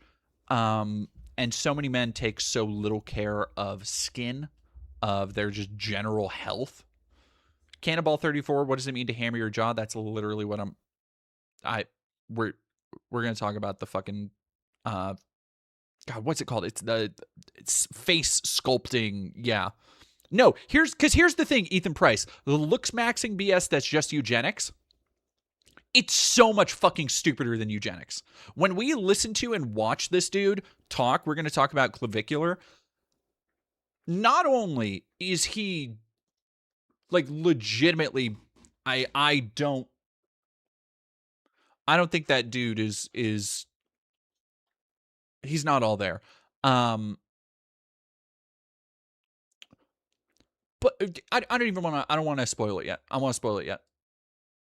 Because it's actually very funny how he is himself a genetic dead end. Yep. Right-wing influencers back in October posted a video on December 26th called "I Exposed Minnesota's billion-dollar fraud scandal." It has gotten 1.4 million views on YouTube and over 100 million views on Twitter in 3 days. It caught Trump's attention and received praise from the likes of J.D. Vance and FBI Director Kash Patel. It has spurred on federal and state investigations and instigated responses from officials across the federal and Minnesota state governments. But is this Oh, by the way, thank you, Xylus, for subscribing at Tier 1, and Ela No Lu, thank you very much for following. reporting accurate? Is there widespread fraud in the state of Minnesota? Is the Somali community to blame? Is Tim Walz to blame? Today, we're breaking down what's actually happening here in my home state, where I actually live among the dreaded Somali immigrant community here in Minneapolis.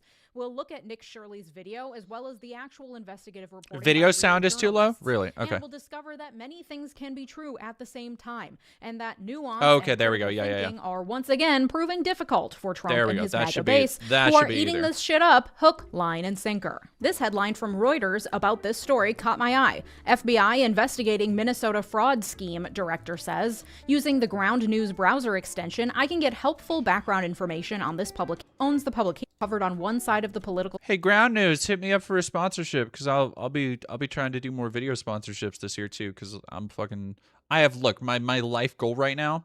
I have several life goals. 1, 200,000 followers. B, on YouTube. B, 20K on Twitch.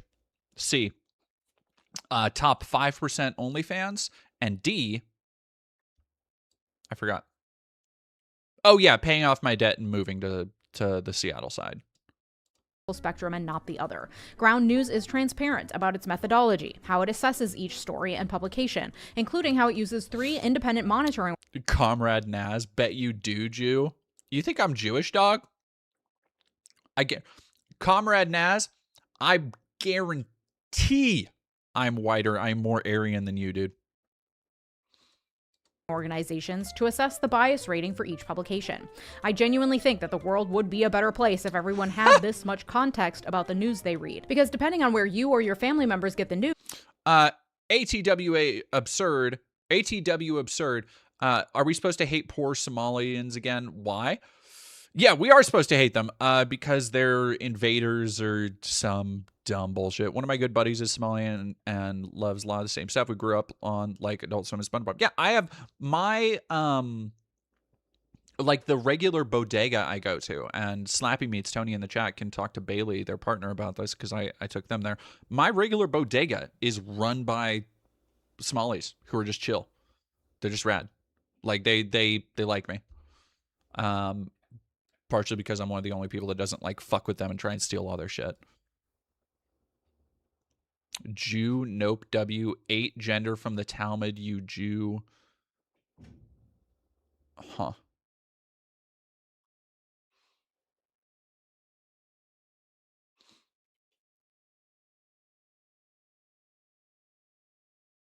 Just pointing out to Bailey how this guy looks like he's aspiring to be the very bullies who pants and swirly to me. Yeah.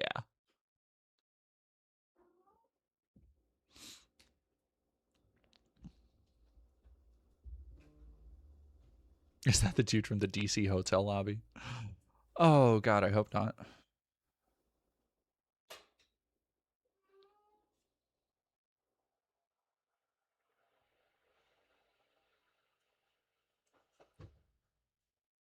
Back to Twitch I go. Woo! Thank you for your service, awesome Stella. No, it's fine. Like, I don't know, Comrade... Well, no, who is... Oh, wait, no, Comrade Naz. Okay, no, you took care of the trash there. Hell yeah. Hell yeah. Oh my God, holy shit. Some Danish kroner. Let's fucking go. Thank you. Forbidden Lawn for 200 Danish kroner. I do not know what the conversion rate is, but I definitely appreciate it. Thank you so much. Yeah, thank you. Anyway, let's finish this up because now I'm like chomping at the bit. I am so about $20 USD. Fucking let's go. Thrilled. Thank you so much. Forbidden Lawn.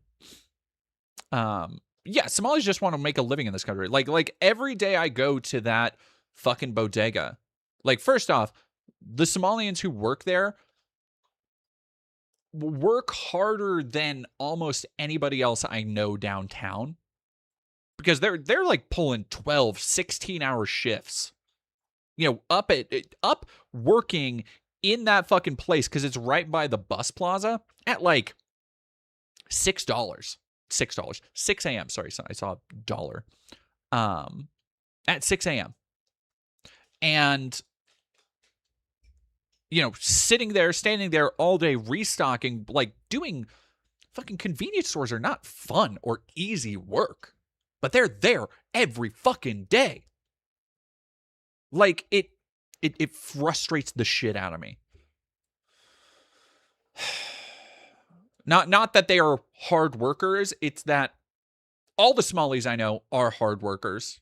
And then they get treated like this shit. They get treated like the fucking shit Dinesh fucking D'Souza is out here doing. Like, dude, you're gonna get thrown into the fucking bin with everybody else. What I don't know. I think Dinesh D'Souza might have some sort of bizarre color blindness where he thinks he's actually white. Because the dude acts like an actual just white nationalist Nazi. Always kind of has, actually. It is. So, Trainer Aaron, I've been considering starting an OF, but it legit seems like a ton of work doing all the publicity posting. So, I kind of have a nice handicap because I have, you know, this audience, so I can post on my Blue Sky, my Twitter, and my Instagram about my OnlyFans stuff. And I don't post on like YouTube about it because not everybody's into that, right? I kind of post where people might be most interested in it. By the way, OnlyFans, they're 40% off right now if you want to check out the Black Cat cosplay I've been putting together for the new year. The thing that is hard for me to maintain, and I'm really trying to do this because I don't want to do agencies or any of that shit, is maintaining a schedule for posting, because that is the hardest part. So what I do is when I have a photo set, I go through it. Like this Black Cat set I just did, we took like 700 photos. I went through it all, picked out like the 100 I like the most, edited that down to like maybe between 30 and 50, and then scheduled those mostly individually, unless one is like really similar to another, mostly individually. So I am scheduled out for content through like the first half of February now with Black Cat stuff. But I also just got, because I see people talking about Fansly. Because, yeah, there is a For You page on Fansly. I just got approved for my Fansly profile. So I need to take some time, and I am going to be on Fansly in the next couple weeks.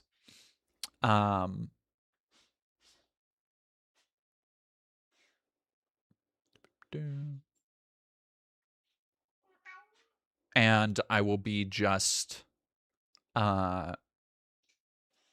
reposting all my old shit and making sure that there's parity between the two, and then moving forward, I will be, posting on both. News, you're going to get very different takes on the same story. And listen, I'm not the only one who loves ground news. The Nobel Peace Center even called it an excellent way to stay informed, avoid echo chambers, and expand your worldview. I'm always really impressed with numbers on a piece of paper that he likes to wave around, and visiting child daycare centers upwards of 100 times to see if he can get a look at the children. Before they head out to investigate the fraud, David warns Shirley that these people are incredibly violent. Okay, so we have to be careful because these people are very violent. They're exceptionally violent. Shirley and David go to a child care center and determine that because they cannot see in and the doors are locked in the middle of the day, then that means there is fraud. There couldn't possibly be children inside this center that 2 grown men and a cameraman can't just wander into freely. Clearly fraud. Shirley then points out as a complete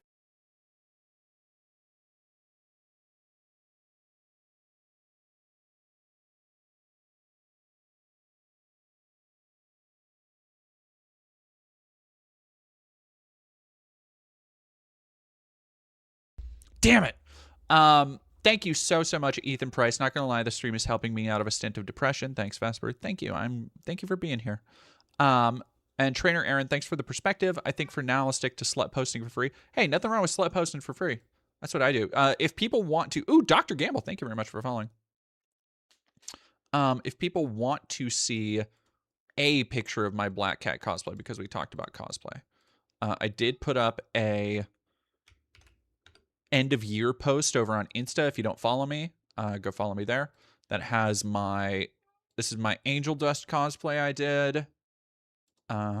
Here's my Black Cat cosplay that I love how it turned out. This is supposed to be Felix. Not Felicia Hardy, but Felix Hardy from Levidu, who's an online creator that I really love.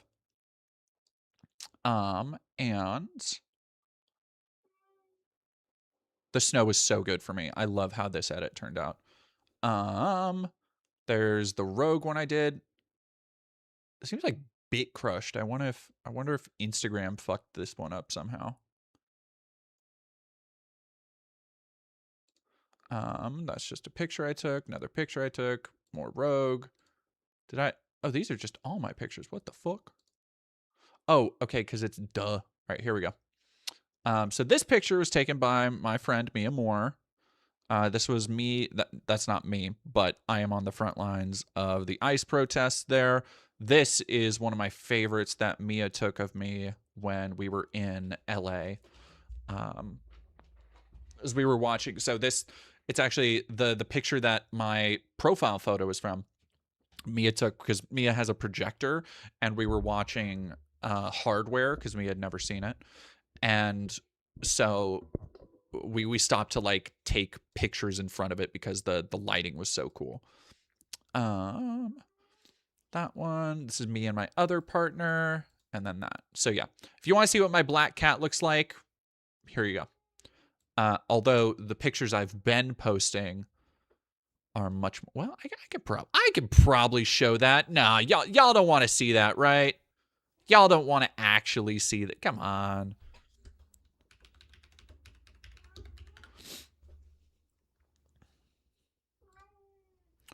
You don't actually want to see the other Black Cat pictures, do you?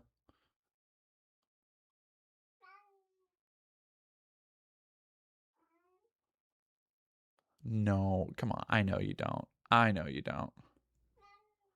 It's okay.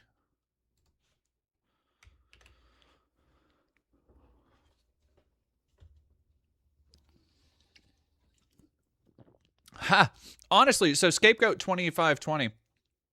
I'm not rich enough to go to LA. I wouldn't have been able to go to LA if I had not gotten a serialized Magic card in the one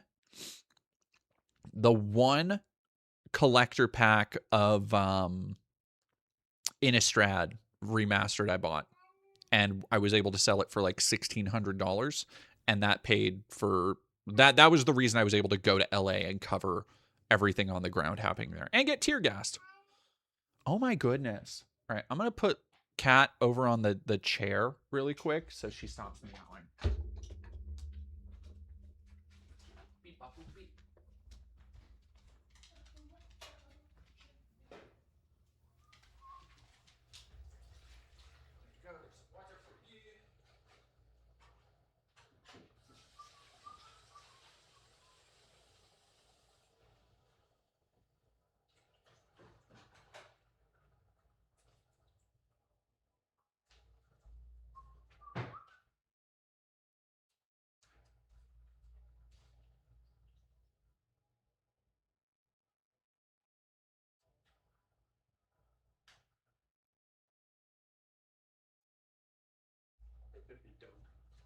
Hey, Kevin. Come here. Here, sit right there. Sit on my little... I got this stool so Kat can come over and sit next to me. Okay, there we go. So this is one of them. God damn, Twitter really does bit crush the fuck out of some of these.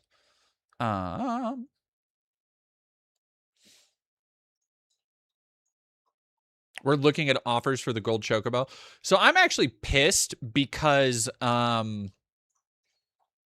it's a whole fucking thing. But I sent it away to get graded because I've never had a card graded, and when I saw that it was like fucking, like, oh my god, it was, you know, a 10 would pull in $5,000 or some shit. Crazy. And then here's the tease, which I think I can show this on here. I covered up the bulge enough. But yeah, this is, I do want to say, and this is not a like, ooh, go fucking sub to my OF right now. But I will say, oh, yeah. No, Juno, dear. Chat, I can assure you the full quality ones are very good. Yeah, Juno, I think, is seeing the full ones. This is far and away the most horny and kinky photo set I've ever done. So if that's your thing, I'm just saying. Anyway, back to non sequitur that the recently redesigned Minnesota flag looks suspiciously like the Somali flag. And here in Minnesota, if you take a look at the Minnesota state flag, they recently changed it, and it very much so resembles the flag of Somalia.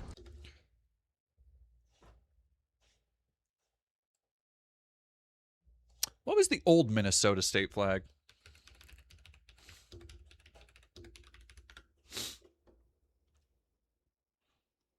Adopted in 2024. What's the old one? All right. Oh, well, that's because the old one sucked. What was the... state seal.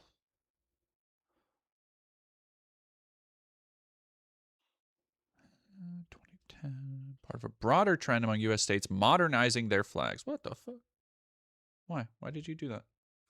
Why did you do this to me?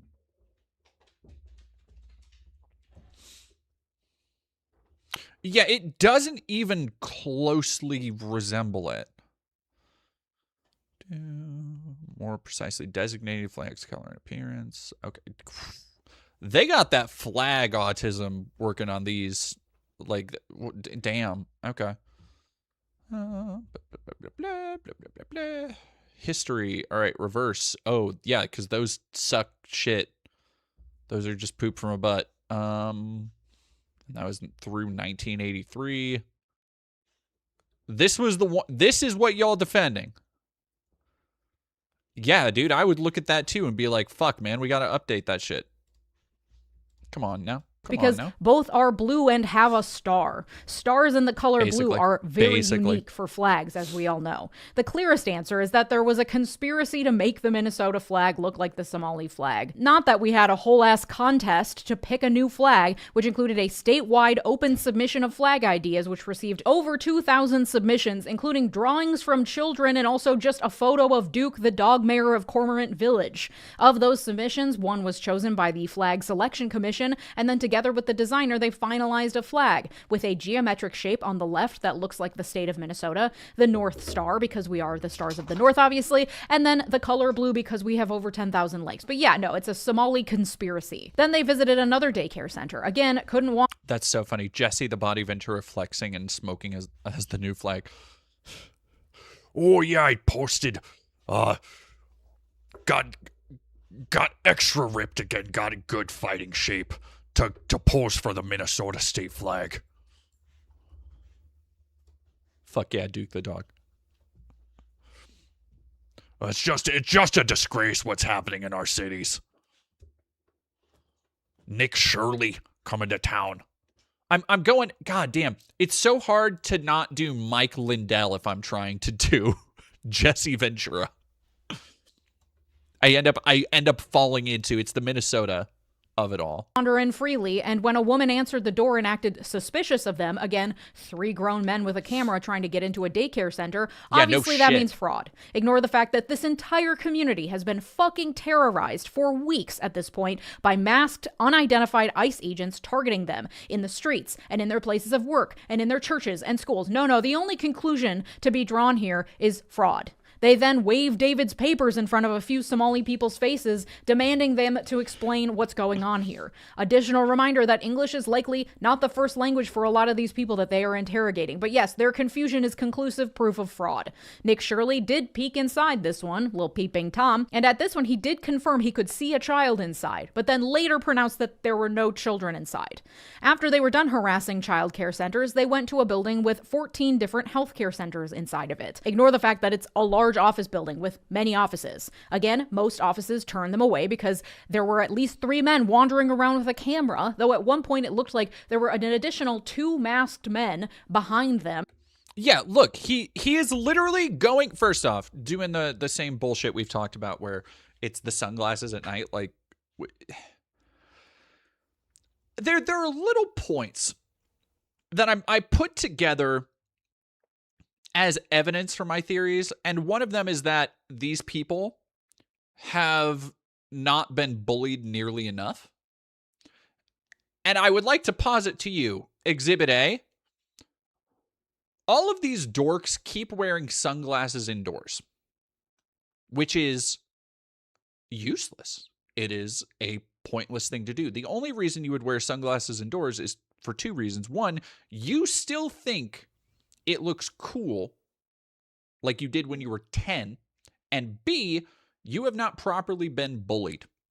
You have not faced the proper social ramifications for your stupidity, which is why you get people who grow up and end up like Nick Shirley.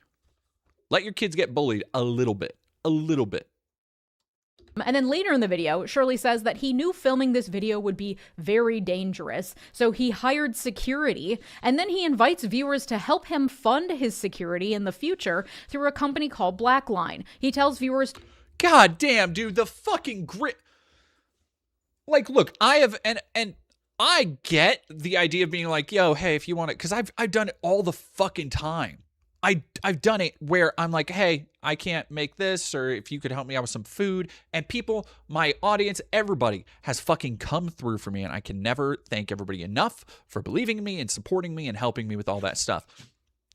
But if I was in a position where I was putting myself on this massive platform while selling $50 shitty sweatshirts, screen printed sweatshirts, while also taking it upon myself to get a security team and then being like, hey guys, can you help me pay for this? I would really appreciate it. I would be disappointed if you all didn't get angry at me. Like the grifting is it. It beggars belief. It really does. At this point, and I think there are people out there, even if they aren't necessarily coming forward with it now, I think there are people out there who are catching on to these cycles in conservative spaces, because I think as the pressure is mounting, both internationally, certainly here with the scrutiny on now X. I mean, X has been under scrutiny for years, but the Epstein files and the shitty way Trump's doing and Trump's health issues, I think they are accelerating a lot of the kind of circles we've seen them run in the past, where, you know, you have stuff like this where it's like, okay, we need a controversy for everybody to focus on for 2 weeks until the next big culture, until, you know, Disney puts out a fucking trailer that has a woman or a black person in a role and they get to, you know, fucking grift off that for a little bit. And I think a downside is that too many people are going to be able to recognize the patterns of how this shit comes out, disappears, fails, how lackluster it is, how there's rarely any actual evidence, how everybody just jumps on the bandwagon. I do think that the emphasis, the fervor that the conservative base meets these controversies and culture war issues with is becoming more and more grating on even their most loyal believers. I really do think that. And I think that one of the things that I'm looking forward to this year, and this might be optimistic of me, but I am looking forward to seeing more and more people fall away from that bullshit and have the kind of scales fall from their eyes. Just to be here for 9, this feels like Wayfair and Sound of Freedom. Yeah, no, it's somebody earlier was talking about how this is just the fucking Comet ping pong shit again. And it is. It is. It is a bunch of shit that every normal person will look at and go, well, that was nothing. And then all of these freaks will turn into their entire worldview for 2 weeks until it just becomes an established part of their canon. And nobody else, like they're talking about deep Star Trek lore and nobody else knows what the fuck they're talking about when they make references to like, ooh, the Somali daycares, as though it's a point of fact. Because to them, I guess it is. Yeah, I think drama fatigue. Drama fatigue is a good way to put it. To donate to Blackline Guardian Fund. Oh, shit. I am so sorry. Mackenzie 1266, thank you for $5. The fact so many people believe smarmy influencers is disturbing. I am now seeing people think viruses and DNA aren't real because of said influencers. Take me away. Take me away. That's fucking terrible. No, I mean, that's also not surprising. We have this. This is something I was kind of thinking about earlier, and this is slightly off topic, but humanity as a whole, we spent so long putting all of our stock, all of our chips on esotericism, on there being something bigger, something deeper out there, on having some, you know, a connection to the unseen or the unknown. Is this person psychic? Could this person talk to ghosts? Like all that shit. We built so much religion and culture and communities and like just it is a integral part of the human experience to want to feel something more, to want to feel some kind of deeper connection to the world around you and the people around you. And I think one of the things that is causing a lot of modern friction is that we did not have enough time as a species to adjust to that connection becoming real, almost physical, to where now we're at a point where, yes, we are connected beyond the sensory, right? Like we do have in ways that we would, you know, we look at and we're able to use science and reason and all of this stuff to say like, yes, well, this is how I press a button on this machine and then I communicate with somebody else. But I think the speed with which we reach that point and our just like assuredness, our self-satisfaction that we had kind of manifested this, I think it's left a lot of people feeling adrift, feeling like we missed that connection. We need to go back. I really think that there is this kind of, I'm dancing around it, but I think the core of this issue, when you get to the lack of intellectualism, the overt anti-intellectualism, especially coming from MAGA and Trump and fucking RFK Jr. and all this other shit. We talked about measles at the beginning. I think when you get right down to it, a big part of it is that as a, not just as a society, but as a species, as a civilization, we have not adjusted. We have not yet evolved to match the connection we're all experiencing now. I think that is a large part of, like, there is this kind of drive right now where everything is coming at us all the time, so often, and so many people just want to be like, stop it, shut the fuck up. And that's where you get all of these divergent kind of perceptions of what makes up reality, what reality is, where everybody can have their own little realities because it's much more convenient that way, and we don't have to deal with connection anymore because it's much more convenient that way. Anyway, that's my fat little dog is just laying there. Anyway, like I said, that was a bit of a tangent, but I think there's connective tissue between all of these things and the kind of wider direction society has been heading in. I talked about it on the last stream a little bit, and I think the AI and the proliferation of AI, it's one of those things I think a lot of people attack AI as the problem, and the problem isn't, I wouldn't even say that the problem is capitalism. I think that that's another oversimplification. I think the problem is these innate urges that we've all we've all accepted that people have without trying to refrain or change that, and it's caused this friction with all of these things that we continue to tell ourselves. There was this fucking post that I saw from a Microsoft boss who said people need to stop calling AI slop, and people are going to have to get on board with how we're going to communicate with these. What was the way he framed it? Because it was the most bullshit I've ever heard. How these cognition, it was either cognition assisting or cognition enabling or extra cognition, something like trying to sell AI as something that is going to boost your knowledge, boost your brain power, boost your cognition, your knowledge of subjects, and because you're able to fucking ask Grok something and Grok will go Google it for you. But we have lost the distinction between, and I've talked about this again before, the distinction between thinking and knowing, where we want convenience at any expense, and it's turning out to be at our expense. Anyway.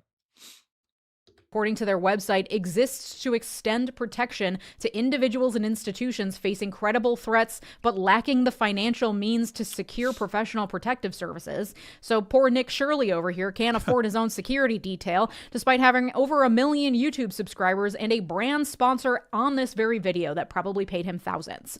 When they did get inside one of the offices, they were offered rates for childcare, and people were in. And it's worthwhile to have another YouTuber calling this out, in addition to myself, because, like, I know what brand sponsorships can be worth for my channel. I know what views pay for my channel. Looking at those fucking numbers, I'm like, dude, you can absolutely pay a fucking dude to be your security. Who gives a shit? Like, Side working, sitting at desks, on the phone, doing. Just leave people fucking alone. God damn it.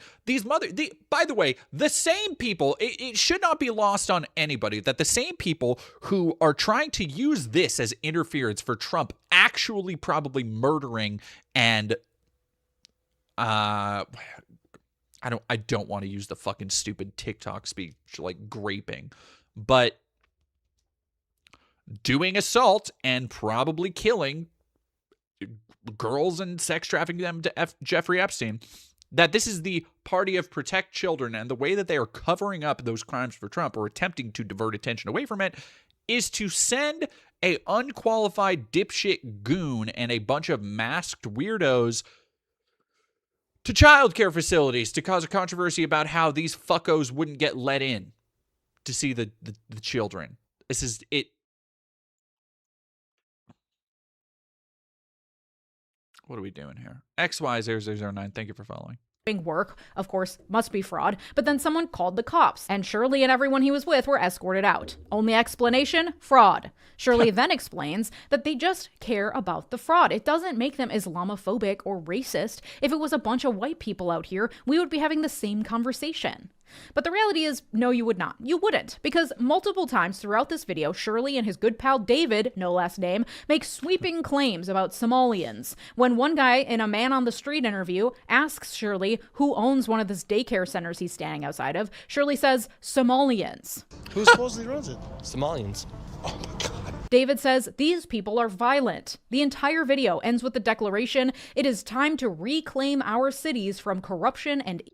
Which, by the way, again, when I talk about the end result of all this shit is violence. There are going to be, and I hate this, but there are going to be violent attacks against immigrant communities. Somalians are just the first this year that are being targeted. ICE has already been targeting all of the Latino communities, all of the Mexican immigrants all year. So they are moving on to the next quadrant of people they think nobody else is going to stand up and defend and protect. Like that's it. Illegal fraudsters.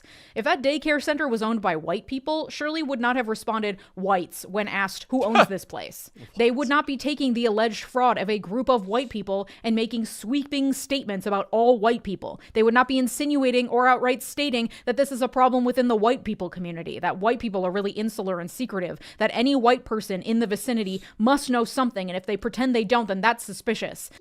That's actually another really good point, is that when you hear the rhetoric about these things, the way modern day conservatives talk about Somalians is akin to the way Hollywood movies in the 1930s and 40s would depict like indigenous tribes, where everything is somehow, because they assume most people don't know anything about Somalians, everything suddenly becomes this almost mystical battle, right? You go back to that shit about like, oh, white people being replaced, and that, like, it turns into a larger than life struggle because these people, they're secretly funneling all this money and they're doing all this stuff and the Democrats are helping them. It's conspiracy role play done out in the world. Like as a hypothetical, that might be more interesting, but it's people acting like this shit is fucking real.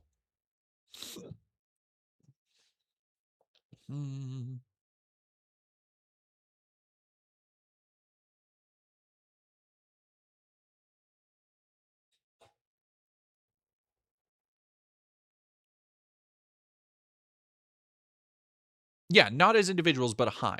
Yeah, exactly. Like it is this bizarre, old fucking folksy, old-timey view of racism where you just look at a group and go, oh, they all act exactly the same. They all believe the exact same. They all have the same, like, habits and hobbies. And, like, it's just, no, they're fucking people. They're people like anywhere else. And, in fact, in Minneapolis and Minnesota, the Somali community has been a massive, we talked about this last year when they did the fucking, last year, 2024. We talked about it in 2024 when they were eating the cats. Let's do Somali. What's the word I'm looking for? Economy. Oh, that's crazy. Significant but complex part of the state's fabric. Yeah, here we go. December 4th. Drives economic growth. Wow. Somali Minnesotans drive economic growth, pay 67 million taxes annually. He said he and his family pay their dues to the state. Quote, we're a hardworking family. We're working 7 days a week. Just like my boys. Just like my guys at the fucking bodega.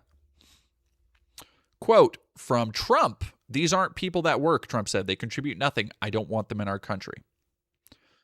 However, Concordia University economist Dr. Bruce Corey said his latest estimates show the following. Somali Minnesotans generate $500 million in income annually. They pay about $67 million in state and local taxes. They have an estimated $8 billion impact on the state's economy, and the GDP is around $12 billion. Quote, the estimated impact of these workers, Somali workers in Minnesota, could be about $8 billion. And that's about what they produce and how that production in terms generates and ripples through the economy. Like, and by the way, this has been for years now. There was a massive boom in immigration in in Minnesota of Somalian people a couple years back, and it's been a massive boon to the economy because they're working a bunch of jobs that nobody else was working, and there weren't enough people to work. Fucking crazy.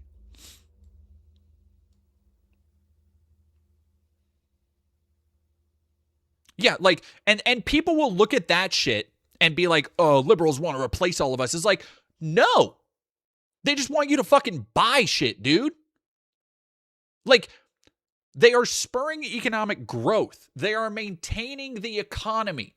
They are paying into it. They are paying their taxes. They are working jobs. People from the local community can come in, can frequent their stores. This is how cultural exchange, and most importantly, the thing that conservatives claim to fucking love so much, capitalism fucking works.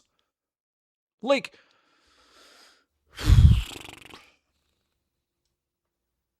and that we need to reclaim our cities from the white illegal fraudsters. Reclaim our cities is exceptionally loaded language, and I'm glad that Leah is again bringing this up because it is explicitly, and you need to go back to what we were just hearing Trump talk about, where he's saying, I don't want them in my city or in my country. Millions of people, by the way. I don't want them in my country because they lying, don't do anything. And then shit like Elon Musk that we talked about at the beginning, where saying, it's war then.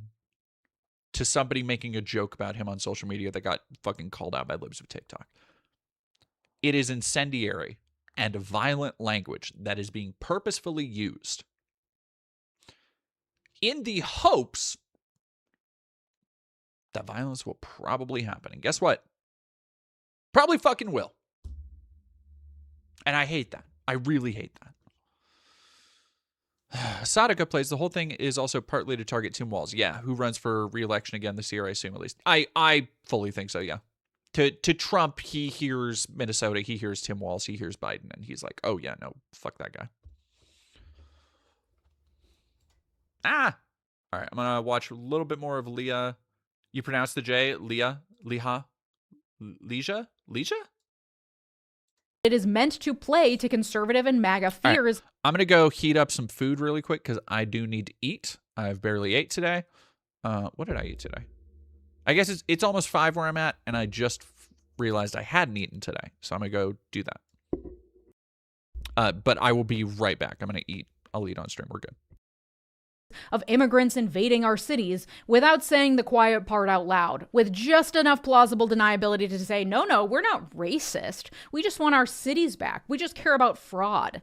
Not only that, but this is just bad journalism. In the day of independent journalists, no-name 23-year-olds with no training who can pick up a camera and show up anywhere asking outlandish questions no one can answer and putting dramatic music in the background, they can convince a surprising amount of the public that they're doing hard-hitting investigative journalism. And listen, I also don't have formal training as a journalist. That's why I'm always very clear with you guys that I am not a journalist. I am not trying to pawn off my work as investigative journalism. I usually rely on the work of journalists to get my facts, and then I dig deeper into the headlines to provide more context and my own legal takes as a lawyer. And as a lawyer, I can tell you that none of what is shown in that video, David's pieces of paper with no sourcing provided and video of allegedly empty daycare centers, would be sufficient for probable cause to suspect a crime is being committed. That is not sufficient work to even constitute actual investigative journalism. It's lazy. You show up and you film people without their consent to make them uncomfortable, which makes for good TV. You talk to one conspiracy theorist named David, no last name,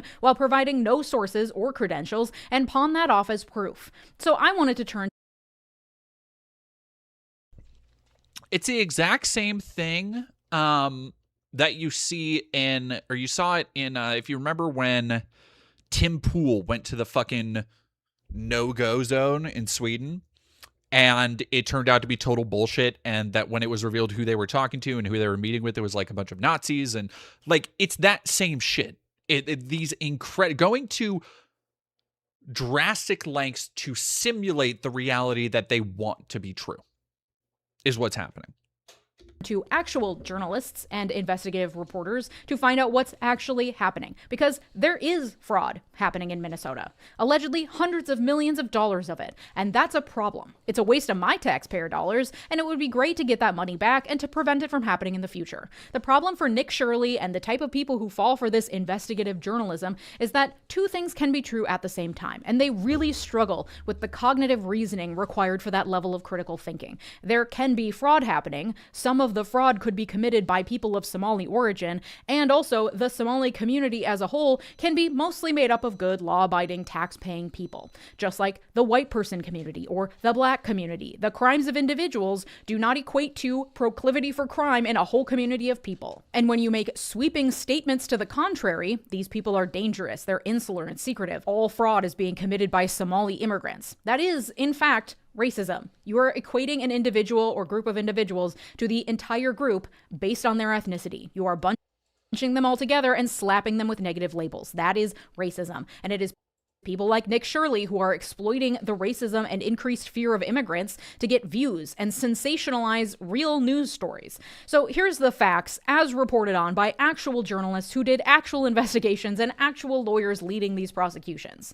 On December 18th, U.S. Attorney for the District of Minnesota, Joe Thompson, a Trump appointee who has spent his career as a U.S. prosecutor going after major cases of fraud, claimed that upwards of $9 billion in federal funds that go towards supporting 14 different Minnesota-run programs may have been stolen as part of numerous multi-layered fraud schemes in this state.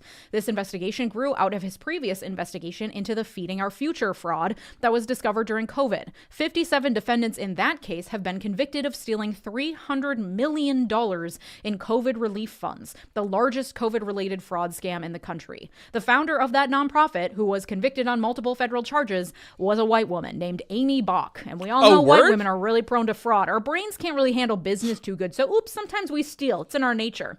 Those 57 total defendants in the Feeding Our Future fraud scheme were receiving payments from clinics meant to serve children with autism, leading to an investigation into those programs, then into childcare facilities, into home health services, and into services meant to provide people with stable housing, which uncovered multi-layered fraud activities that led to the current charges. The general scheme is that the defendants create these companies, provide zero services, and submit claims to Medicaid for those services, then pocket the federal funds they receive from those claims. According to reporting from the Associated Press, quote, "The magnitude cannot be overstated," Thompson said. "What we see in Minnesota is not a handful of bad actors committing crimes. It's staggering industrial-scale fraud." Of the 92 total defendants who have been charged with participating in these fraud schemes, 82 are Somali Americans. However, according to actual real investigative reporting from the Star Tribune, quote, "While Minnesota is confronting one of the largest social services fraud scandals in its history, a Star Tribune review of court records shows the alleged fraud uncovered to date is closer to $218 million,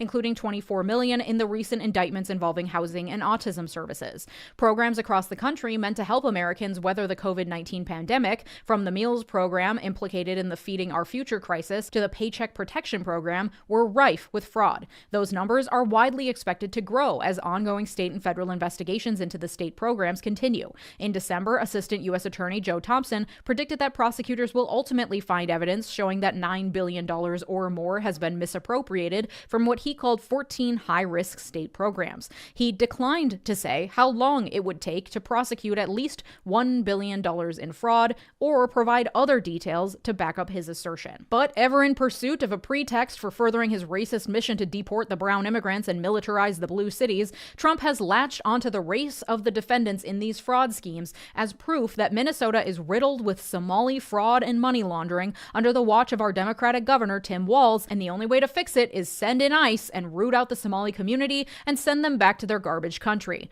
There are 107,000 Somali immigrants living in Minnesota, and 82 Somali Americans who allegedly committed fraud are being used as an excuse to terrorize categorize all of them. Trump has ratcheted up the racist rhetoric by sharing false reports that money from these alleged fraud schemes was flowing straight to al-Shabaab, an al-Qaeda affiliate in Somalia. U.S. Attorney Joe Thompson confirmed at that press conference on the 18th that there is no evidence that defendants were sending money to or otherwise supporting terrorist organizations. He confirmed a significant portion of the funds was sent abroad, used to purchase real estate in places like Kenya and Turkey. Thompson said, quote, "There's no indication that the defendants that we've charged were radicalized or seeking to fund al-Shabaab or other terrorist groups." Prior to the Nick Shirley video, Governor Tim Walz had already increased scrutiny over these federally funded programs. He shut down at least one entirely and hired an independent auditor to scrutinize where payments are going. And so let's be really clear.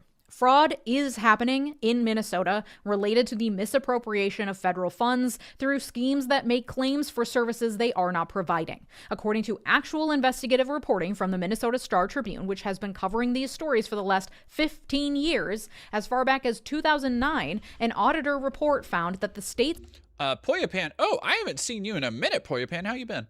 Kind of curious to know if Associated Press is still the least biased in news report. So Associated Press usually does very broad reporting. So they're generally still pretty good. It is the thing with the Associated Press, at least for now, is that it is it really has no ideological slant most of the time. Obviously, that'll be, changed if it's an editorial or something. DHS Personal Care Services program was, quote, "unacceptably vulnerable to fraud and abuse." Did I happen to see your thoughts on the scapegoating tactic above? I did not. Let me see if I can scroll back up really quick. No, I don't think I did. No, I missed it. I'm sorry, Tony. Due to insufficient oversight, including outdated technology and a lack of electronic verification. So the state was on alert for years, long before Walz became governor, that state programs were vulnerable to fraud. The first scheme involving Somali defendants that I saw reporting on occurred in 2015, years before Tim Walz became governor, when 3 Minneapolis daycare centers were raided and charged with misappropriating upwards of $6 million from the state's child care assistance program. Investigators concluded, quote, "Internal controls at the state DHS were insufficient to effectively prevent, detect, and investigate fraud." And the Star Tribune's reporting does not look good for the state, especially Attorney General Keith Ellison, seen as a Okay, there we go. Thank you, Carnell MD, for replying. One-eyed atheist, hello, this is a test. Hello, I see you. What I'm thinking here is that the conservative hate machine keeps moving the bullseye to fresh new bigotry du jour, because this allows the white hate to stay white hot, while basically making the vulnerable communities dizzy and gasping for air whenever each one, black, trans, Latinx, queer, etc., is momentarily not the one in the spotlight. Somalis are currently the ones most visibly targeted. What are you doing? Hey, baby. You okay?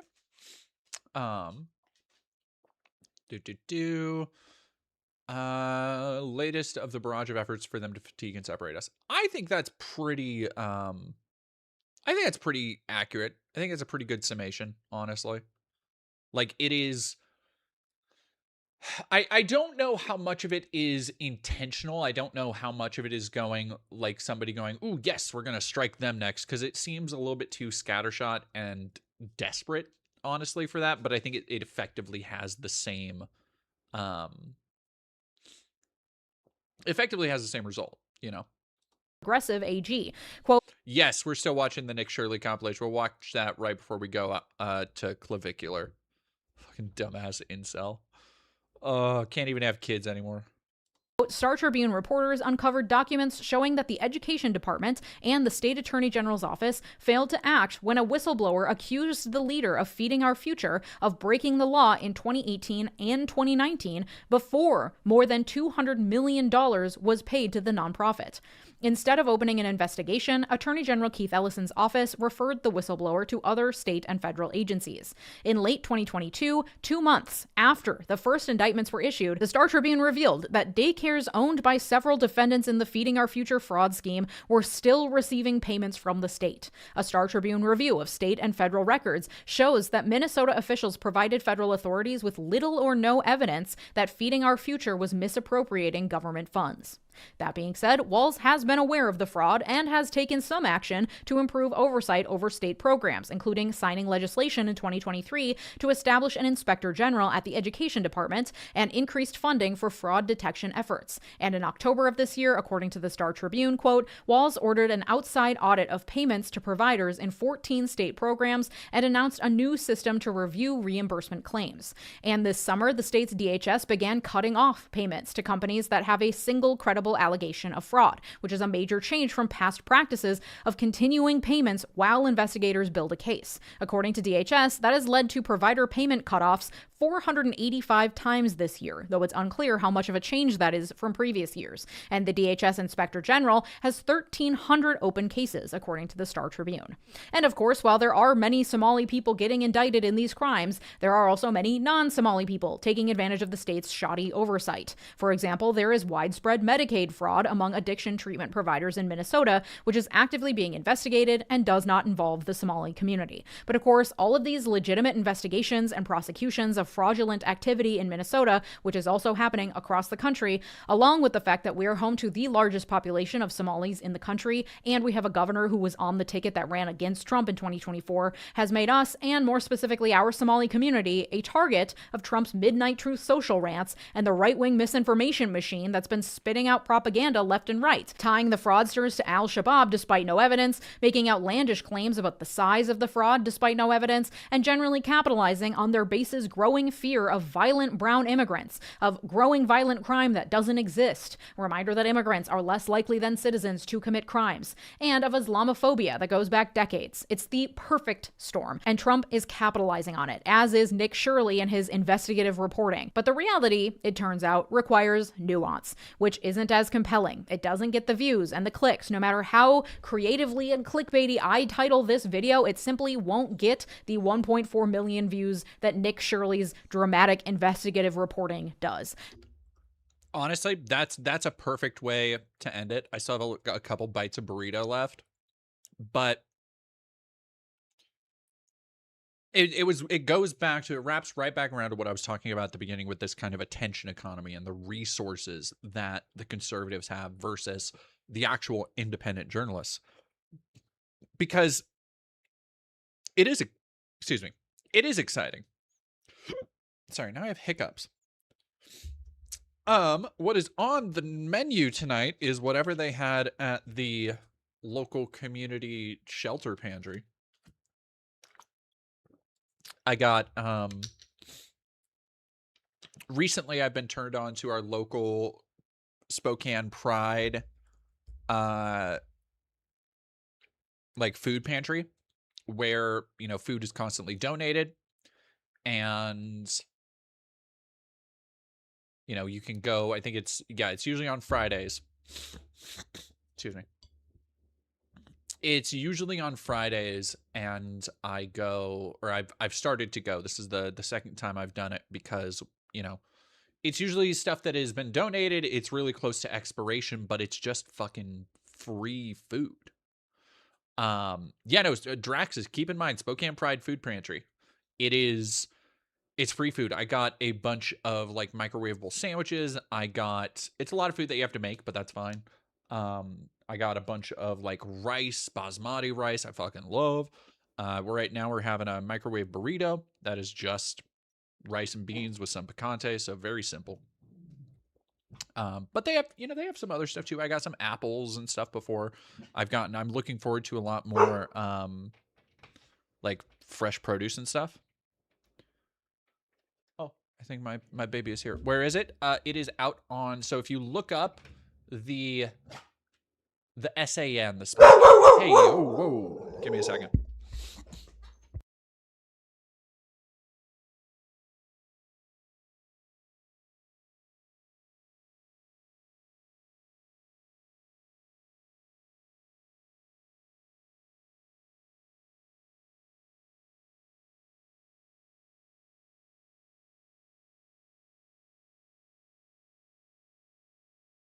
I have a friend who is also food insecure, and it's not even like I don't want to spend a lot of money, but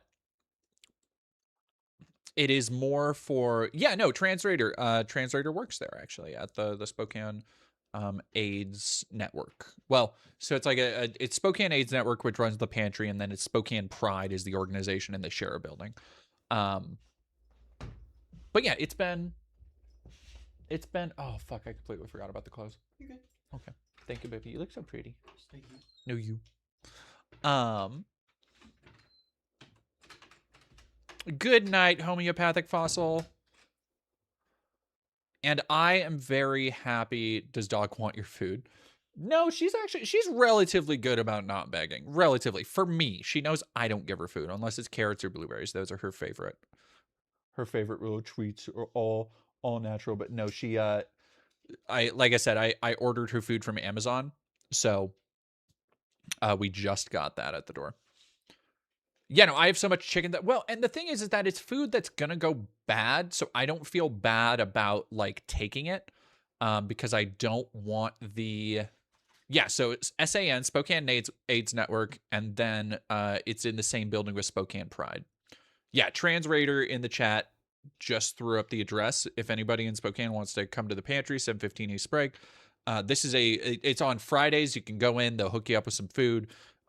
Carla and I walked out with like over $100 of groceries today. And it's stuff that, you know, if it doesn't get used, and this is, by the way, a reminder for anybody to go and get active in their local communities, their local donation centers, and find their local pantries because, yeah, no, exactly. Soup Flamingo, food pantries are wonderful. I used to rely on a local food pantry. It's not about, like, I think so many people have this horrible internalized like capitalist sense of failure for taking free food, but it's food that in a lot of cases it's stuff that was sent back, can't be put back on shelves, is still completely fine, is going to go to waste otherwise. And I didn't have to spend $120 for a fucking insane like food trip. I can handle not being able to pick everything I'm eating for a week. If it's that. God, scared me out. You got to let that go. After bills, I have maybe $100 for me, the cats, and gas. I still hesitate to go to food pantry since it's my fault I'm in debt. You can't think that way. You can't think that way. You gotta kick your own ass about that. You gotta fucking, you go get that food. It's like, it's good food, legitimately. There's a woman health group that donated a bunch to the pantry. They donated a bunch of pre-made meals. Here, I still have one. I still have one that is unopened. I'll go show it off real quick. 120 in your pocket easy. It's not in my pocket because it's going to somewhere else. Like it's already that is going to miss, or that's going to vet care, or that's going to animal food or a bill or something. Do I qualify for food stamps? Probably. But I don't need to take that up. I would rather just use this food that nobody else is going to. Yeah, you got it, Draxus Stormscale. Yeah, and everything gets donated if it hits the day before expiration date. Expiration date isn't, it's bad, throw it away either. Yes. But anyway, this has been your local advertisement for your advertisement for your local pantry. That's the reality of the world we live in and the internet that we have created as a society. Nuance is lost in the name of clicks. Because the reality is that people across the country are guilty of defrauding the federal government. Minnesota seems to be a hotbed of fraudulent activity, especially in the wake of the huge Feeding Our Future scandal. A lot of eyes are on Minnesota. The state has been on notice for at least 15 years that state programs are vulnerable to fraud and abuse. Tim Walz inherited that reality and has taken action to try to fix it. But unlike MAGA blowhards who are willing to bend over backwards to argue that Trump's a good person with good intentions to help people, I'm not emotionally attached to Democratic politicians. It is not the takedown that you think it is to say, haha, Democrats, Tim Walz failed you. Okay, primary him then. Give me a better candidate. I would happily vote for them over Walz. Bill Clinton's in the Epstein file. Let's fucking go, Based Legion Miller. Let's fucking go. I love that. That's incredible. Incredibly based. Like, The thing I really like, I'm going to have to watch. I've watched some of Liege's stuff before, but I'm going to have to watch more of it because she is so succinct and straightforward. There's very little, and that almost certainly comes from being a lawyer. If you've talked to a couple lawyers who know their shit, you get this impression of when they're good at their jobs. They're just very no bullshit, just the facts, plainly stated, and I really appreciate that. Even as somebody like myself, prone to purple prose every now and again.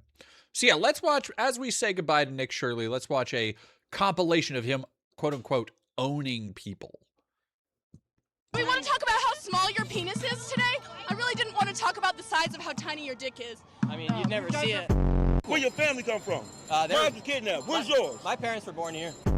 No white people were born here, you dumb fuck. Oh, really? White people in the modern day. I was born here. Cultures don't come. There's no white culture that comes from the U.S. I came out of the womb here in the United States. Stay away from homeless people! Do you realize that they did arrest a drug dealer? Oh my God. We're out here in the Savannah, baby. What law did I just break? What law did I break? You're gonna go. He's been shoving the camera. You're in the public. You're shoving a camera in my face, man. Look at that camera. Oh my gosh. I'm so worried. This is the white kind of privilege. Yo, you're evil. Evil. You could be quiet. I'm never gonna be quiet, especially when a man tells me to be quiet. And you could stop talking to me. Was this from him? Oh yeah, no, this is straight up from him. He misspelled quiet twice. He thought this made him look good. This is his owning compilation. Damn, dude. No, he's straight up posting else. They're saying that these are narco terrorists, etc. That's crazy. And that's the Republican line. But then Trump comes out and goes, "It's for the oil." I mean, like. Who is Nick Shirley? The flavor of the fucking weak conservative grifter. So before we get to this dipshit, Clavicular, let me actually see if I can find the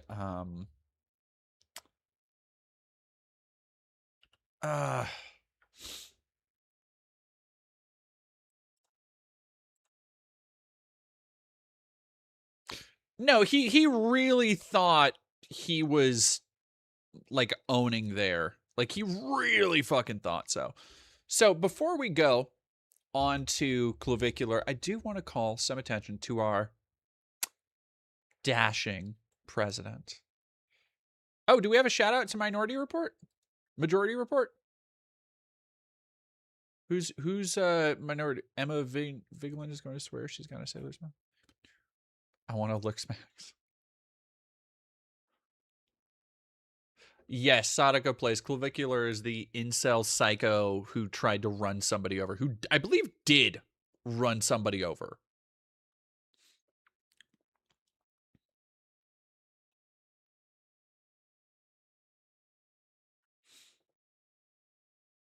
The dork who does meth? The very same. The very same. Oh, wait, no. Majority Report was just playing. Fucking duh. Here we go. So this is just a little bit, look, there's a lot to look forward to. Yeah, Clavicular is an incel. He's part of the Looks Maxing group.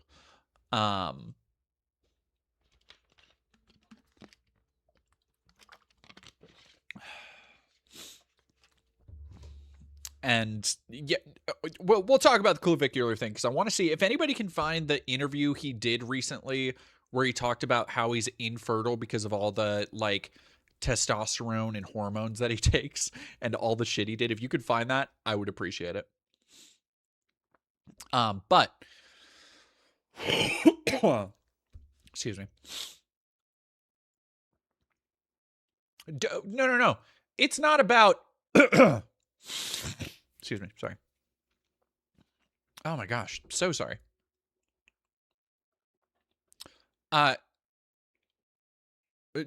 G Papagio, it's not about looks. It's about his fucking attitude. Like he's a deeply stupid sociopath who has no real future outside of this kind of shit. Like we'll see, but it is the exact same thing that like I think Andrew Tate is running up against, where so many people are done with his bullshit. Like at a certain point, you have nowhere else to go. If your entire ideology is just being offensive and just saying things that people don't want you to, like, you're gonna run out of shit eventually. There's nothing else. Anyway, Trump is taking more aspirin than his doctors recommend. He briefly tried wearing compression socks for his swelling ankles, but stopped because he didn't like them, and he regrets undergoing advanced imaging because it generated scrutiny of his health. Quote, in retrospect, it's too bad I took it because it gave them a little ammunition. I would have been a lot better off if I didn't, because the fact that I took it and said, gee, is something wrong? Well, nothing's wrong. Trump, 79, the oldest man to assume the presidency, is showing signs of aging in public and private, according to people close to him. Yet, he has at times eschewed the advice of his doctors and scoffed at the medical community's widely accepted health recommendations, instead relying on what he calls his good genetics, which Trump does not have. Trump and his doctors say he's in excellent health, and aides say he maintains a vigorous schedule. That is not the same as diet and exercise.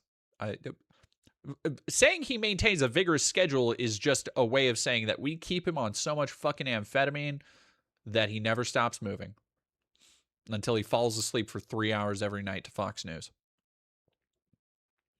He gets little sleep and has recently struggled to keep his eyes open during several televised events. Aides, donors, and friends say they often have to speak loudly in meetings because he strains to hear. Aside from golf, Trump doesn't get regular exercise. Golf is barely exercise.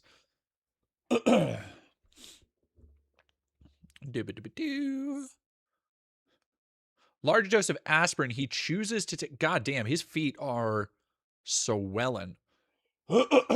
Excuse me. Has caused him to bruise easily, he said, and he's been encouraged by his doctors to take a lower dose. But Trump has declined to switch because he's been taking it for 25 years. Quote, I'm a little superstitious, he said in an interview. They say aspirin is good for thinning out the blood, and I don't want thick blood pouring through my heart, Trump said. Quote, I want nice, thin blood pouring through my heart. Does that make sense?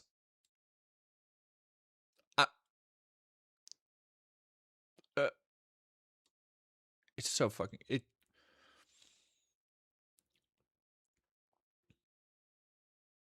Trump denied that he struggles to hear. He also denied falling asleep.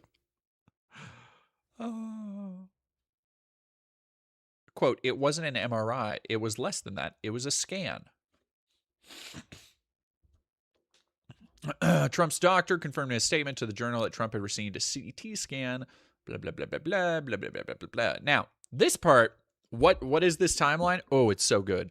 This is the good timeline. We're back in the good timeline now. Because this is... Whew, it's just... It makes me happy to read this shit. You know, like it's pure comeuppance. It is the worst person continuing to be the worst person, but this time in a way that is detrimental to his own health. Yeah, it's Digacha. If you have the clavicular infertility clip, please post it in chat if you can. The president has sought to conceal ailments that have led to speculation about his health, covering bruises on his hand with makeup. In his first term, he played down the severity of COVID-19 and declined to disclose that he got a colonoscopy.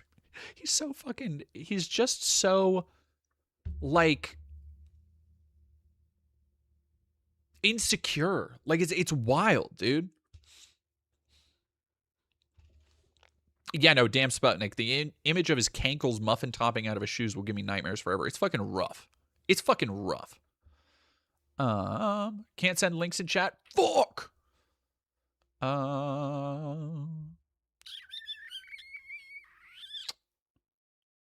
Do you have a title for the video? And I can just look it up for the clavicular one. Whatever. Sometimes several times a day, delivering impromptu remarks and regularly hosting dinners at the White House. He veers from topic to topic in his lengthy public statements and sometimes makes factual errors. It's crazy. Ooh, beautiful, Carnal MD. Thank you. Thank you.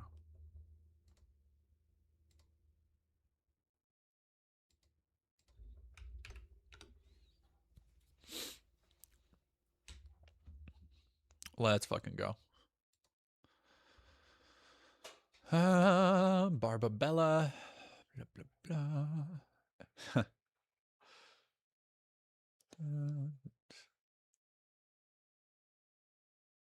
65-year-old. Okay, sure.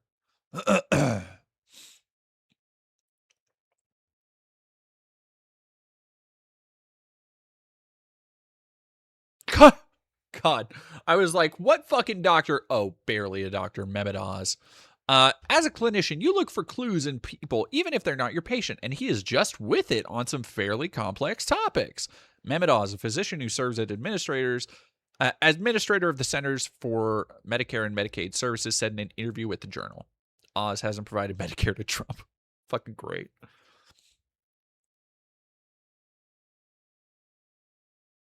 We're pretty sure he has dementia. Almost certainly. Almost certainly. Thank you very much. Clavicular reveals he can't have... Yep, there's the one. No. Fuck. Motherfucker, I can't move it. There we go. Okay. Blah, blah, blah.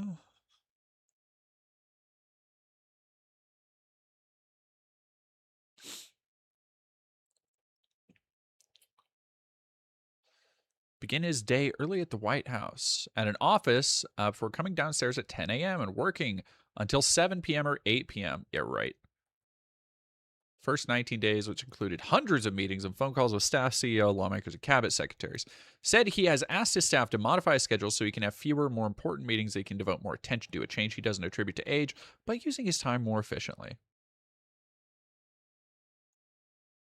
Administration officials said they haven't yet pared down his meeting schedule, so they're just trying to kill him. That's so fucking funny. That's so fucking good. Oh, man.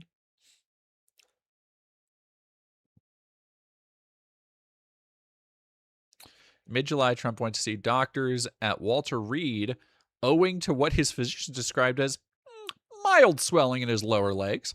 Ultrasounds of his veins showed that the president has chronic venous insufficiency, according to a memo. It is a common condition among older people in which one-way valves inside the veins don't work properly, which makes it harder for blood to travel up the legs to the heart.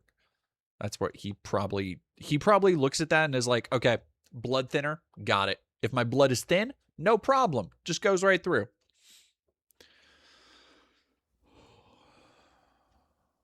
Isn't interested in exercise routine other than golf. Quote, I just don't like it. It's boring. To walk on a treadmill or run on a treadmill like some people do, that's not for me.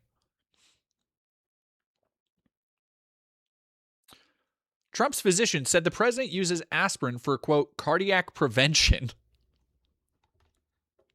He said Trump takes 325 milligrams of aspirin a day. A low dose of aspirin is most commonly 81 milligrams, according to the Mayo Clinic.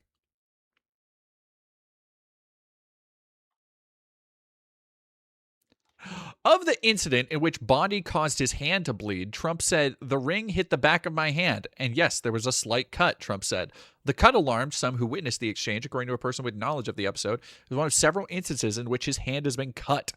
So his skin is getting so fucking thin from all the aspirin he takes that people touch him and he bleeds, is what we're hearing.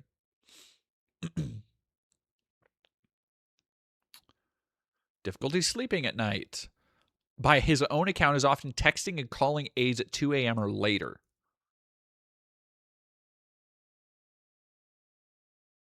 Trump keeps... Sleeping is a particular issue aboard Air Force One where Trump keeps his advisors awake, according to aides. Top staff take turns sitting with him on long trips, rotating so that others can sleep.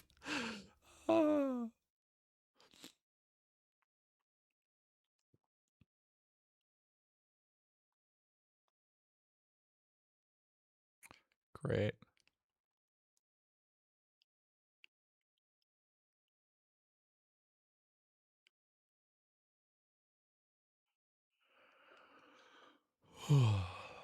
Hasn't made changes in his diet. In a podcast interview in October, Joe Gruters described being shocked by Trump's eating habits when they traveled. While flying to a campaign event, according to Grutter, Trump consumed French fries, a quarter-pounder hamburger, a Big Mac, and a filet of fish. Genetics are very important, he said, and I have very good genetics.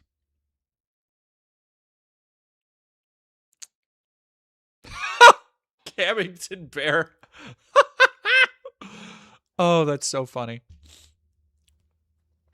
All right, give me 1 second, and then we're going to go talk about this fucking dipshit. Give me 1 second, chat.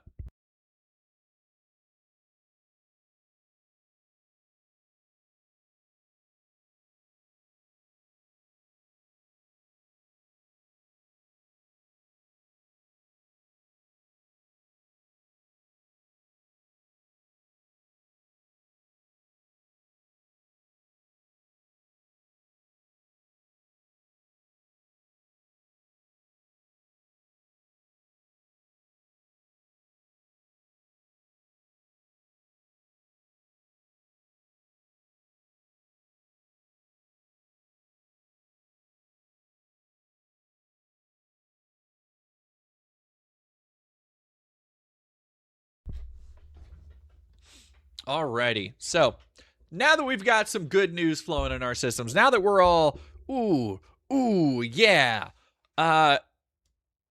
let's talk about this dipshit. Now, the incel community. What is there to say that hasn't already been said about the most unbangable, unlikable, uncharismatic, vain, narcissistic losers on the internet that we've all had to fucking deal with it, right? Except I really think that from what we're going to see with Clavicular, this is a problem that nature finds a way, right? Because this guy, watching his interview with Sneeko briefly made me so happy. Because our incels, they're getting dumber. They're getting worse. And they are turning themselves into their own genetic dead ends. These homoerotic, I don't even know what to call them because they're not really transhuman. They are just self-obsessed. They are terminally online, internet-brained, self-obsessed dorks who think that literally everything in life builds towards how attractive you are, basically. And I want to go over this. I don't know Greg Doucette. Is he a chud? The Curious Case of Clavicular from Turkey Tom. Jesus Christ. He's 19, dude. He's 19, bro. What the fuck? Yeah, no, make no mistake. Tony is correct. This is gender affirming care.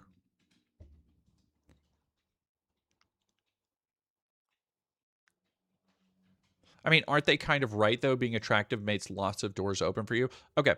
I want you to consider for a moment. Go into that. Go into this with that mindset. All right? Just hold that idea at the front of your mind that they are a little bit right, that being attractive, being conventionally attractive opens up doors for you. Because it's not untrue, right?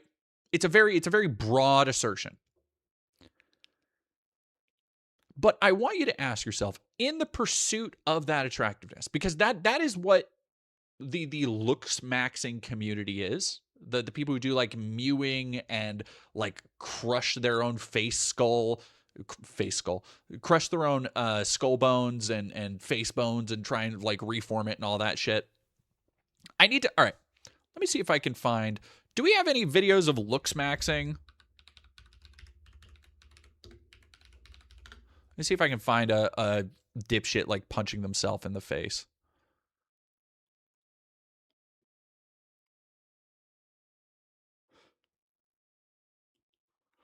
Teaching men fashion 3 months ago. Let's fucking go.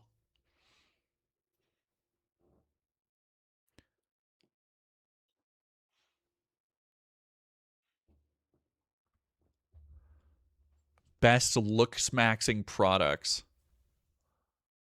Why do they all have the same fucking face shape? It's like to the point that they're bimbofied. They're bimbofied. Like, look at this. That's just a bimbo. That's just what, like, you have stuffed your face with so much plastic, you might as well be a fucking Madame Tussauds. The 7 levels of looks maxing. Let's fucking go. All right, we need to dip in before we really get it. We need to dip in a little bit to the community. Oh, looks maxing lies exposed, feet clavicular. Great. 7 months ago. So apparently this dude has been a looks maxer for a while. 5 looks maxing tips I wish I knew sooner. Jesus Christ. Looks maxing. Another word for hygiene. Hygiene. Dark alpha sigma grind set bullshit. Where it's like, no, actually, I have the dark personality triad, and I'm just fucking like, that's why chicks don't fuck with me, because I have the dark personality. Yeah. I've had enough looks maxing. All right, let's go this one first, and then this one.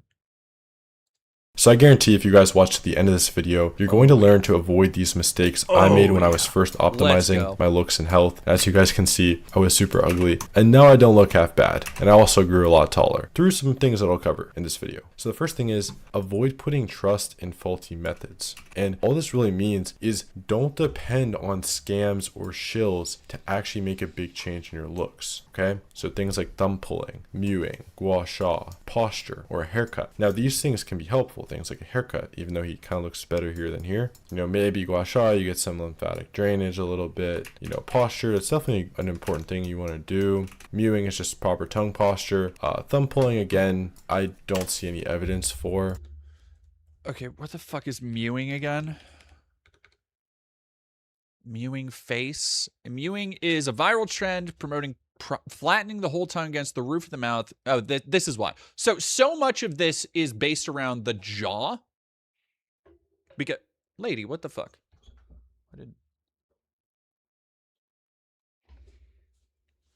What are you doing down there? What are you doing down there? Get out of there. Get out of there. Get out of there. Come on. Oh, that's why you threw a ball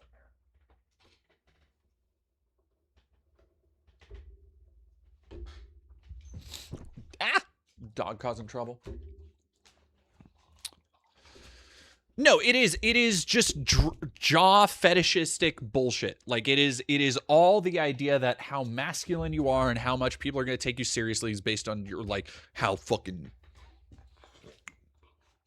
rugged and sunken your cheeks are. Like, they all just want to look like Abercrombie metrosexual models from 2003. It's so fucking weird.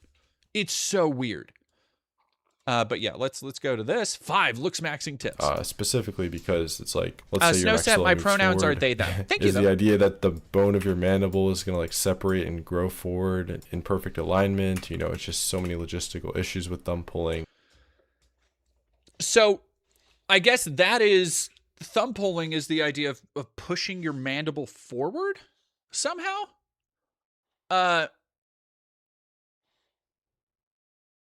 Yeah, I again, very funny to be like, these things don't work and you need to watch out for the scams. But let me tell you how all of these other things do work. And then I bet you dollars to fucking donuts, I bet you half of that shit that these men treat like a fucking revelation is just basic hygiene. No evidence of it actually working. All the case studies that apparently prove it don't actually prove it. You know, the list goes on. It's not something that's actually going to transform your looks, if that makes sense. You know, it's just not. Okay, you can do it if you want. I think it's a large cope, and I think all the evidence suggests it's a large cope. It's joking. No, joking is a huge part of this. Have realistic expectations about what you're doing and the results you're going to achieve. If you are complacent because you think mewing is going to ascend your looks, guess what? In 2 years of mewing, you're going to look exactly the same. Now you've just wasted 2 years of your life. You could have been actually doing more effective things. And I think you guys get my point. So have realistic expectations and don't put trust in this stuff to transform your looks. Next, I'm going to just give you guys the ideal diet so you don't have to waste time listening to lies and propaganda and not actually. Again, plants shouldn't be your main source of food unless you have this digestive system, okay? Unless you can purposefully ferment.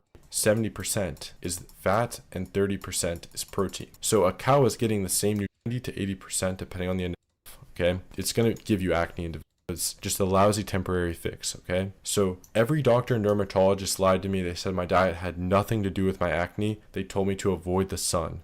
No, you didn't talk to any fucking dietitians or dermatologists. Like, what the fuck are you talking about? That is like, your diet had nothing to do with your acne. Really, right? Really, dude? And they couldn't have been more wrong, okay? Oh, no, he's talking about carnivore diet. These foods back when I was 13 and 14. You didn't know about eggs when you were 13? By the way, also you're gonna notice another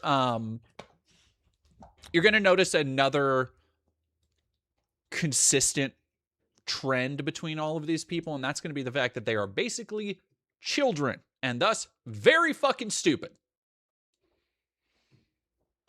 I was starting to eat an unnatural diet from school, school lunch and stuff. I would have been able to fix my skin naturally and fix my depression without destroying my liver with Accutane, okay? Accutane gave me permanent joint pain. It really destroyed my triglycerides. It raised them to the moon. It caused a lot of stress on my liver, okay? These are pharmaceutical poisons because they will literally cause a deformed child if a pregnant woman takes Accutane. These are literal poisons. That's not how poisons work. Oh my God. Yeah, there's a lot of shit that will give somebody a baby birth defects because of how it messes with hormones. That doesn't mean it's poison to take it in a reasonable dose. Fucking. People say, oh, it's just a lot of vitamin A, bro. No, it's not just a lot of vitamin A. It is an artificial synthetic vitamin that is so powerful, can literally just destroy your body, okay? Never take it. Try an all-meat diet if you have to for a few months. 60% fat, 40% muscle. Okay, they lose weight. I have a school community where I help people basically feel better and look better and Face IQ There are Academy. thousands of looks maxing hacks out there, but most are garbage. Oh, get the fuck out of here. What? Stop it. Stop it. Oh no, I need to not. I want to go back to the. There are thousands of looks maxing hacks. Fuck you. How to do Mewing 2.0. 2 minutes every day. Damn.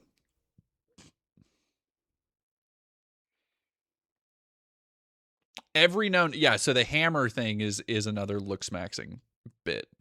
How to glow up using science explained in 5 levels.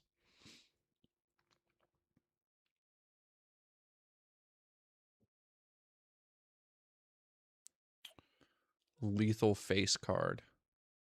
Looks maxing secrets. All right. Yep. Here we go. Here we go. In the mirror? Where we have a bunch of people getting all of their ideas from the media. Let's fucking go. Think, bro, why do I look like an NPC in my own life? Like, you got the face, but it's not facing yet. Listen, if you've got the face, but it's not facing yet, all of these people are just drag queens waiting to discover it. Like, is it giving face, Diva? Is it giving face and body? If you're sick of being invisible in the group photo or tired of your crush calling you like a brother, this video is going to snap you out of it because I'm showing you how to build a... See, here's the thing. This shit doesn't fucking happen.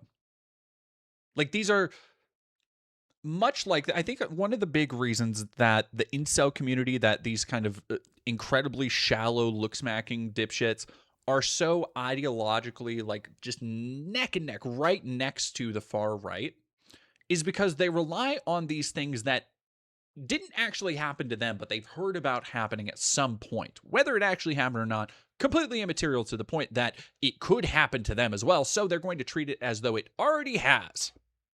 With shit like this, aren't you tired of being kept out of the group photo? If you're in the group photo, you're in the fucking group photo. Do you need to be the center of every group photo you're in? That sounds like a personal problem. You should probably work on your attitude. If you don't want your school crush to refer to you as a brother. What? Maybe stop fucking basing all of your ideas about relationships around fucking the Ryan Reynolds comedy classic Just Friends. What the fuck are you talking about? You absolute dorks. No, exactly. That's what it is. These guys will blame anything besides their dog water personalities. And that's what I want to really underline, double underline, circle, put a squiggle over it. All of this shit is goofy, it's laughable, and they take it deadly seriously, and it is to their detriment. And the thing about Clavicular is that he's not really, as we'll see, he's not really doing it for what you would expect, right? Because you expect all this shit to be like, oh, so I can get hot chicks, so I can have like sports cars. You expect that all of these dorks have this internal image in their mind, and Patrick Bateman is which by the way, is a psycho killer in that. Like the point of the movie is not that he's cool. I'm sorry, they don't fucking know that because they've probably all just consumed this movie and this mindset through fucking GIFs because nobody actually watches their movies anymore. But whatever. Do you think looks maxing could also be a symptom of how bad American healthcare is, like the expenses?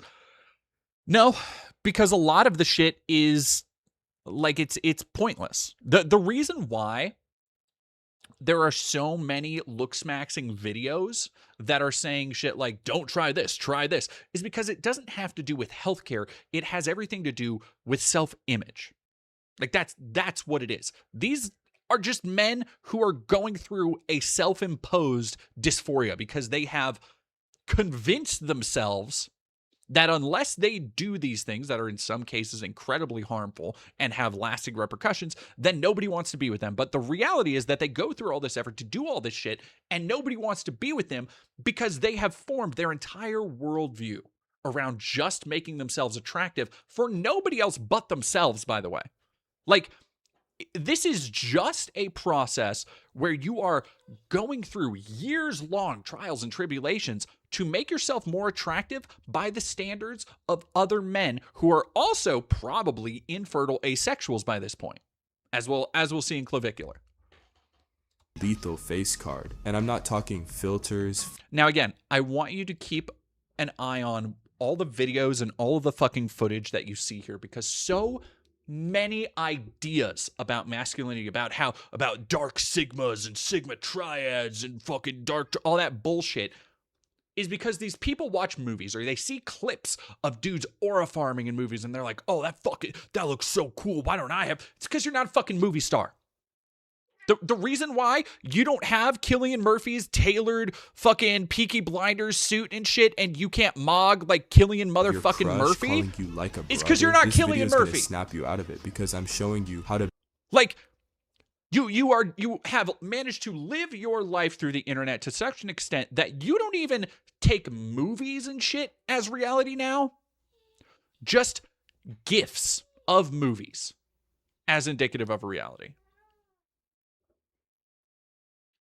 Build a lethal face card. And I'm not talking filters, Photoshop, or plastic surgery. I'm talking real upgrades, looks maxing with science, strategy, and style. Stick around because at the end of this video, I've got something for you. A free checklist that breaks this.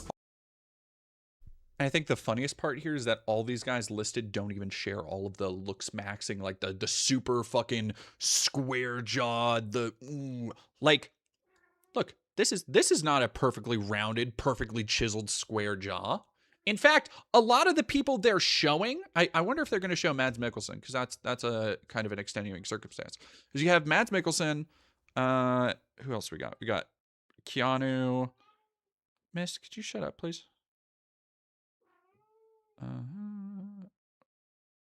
Fucking, oh, what's that guy's name? I forget it.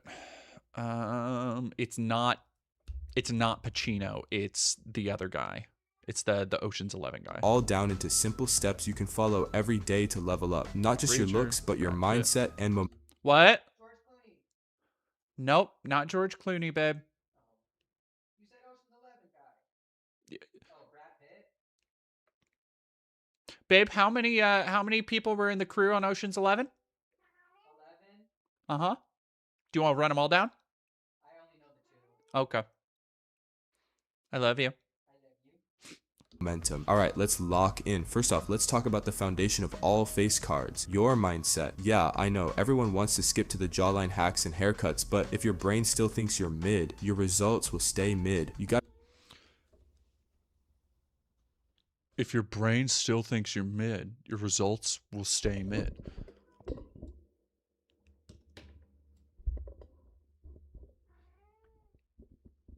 This is just like the secret for people who have never fucked before, but want everybody to believe they've fucked.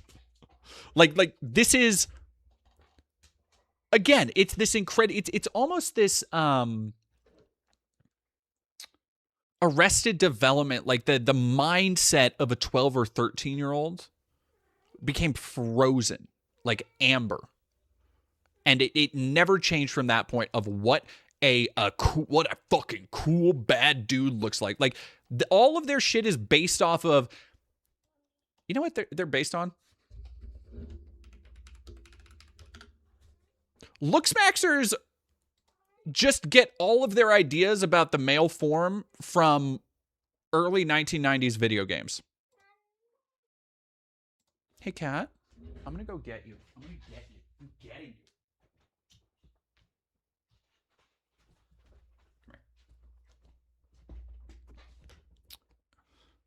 You know, everyone is just fucking 12 now. Everyone's just fucking 12 now. There we go. Where are you going? What? Cat, come over here, yell at me.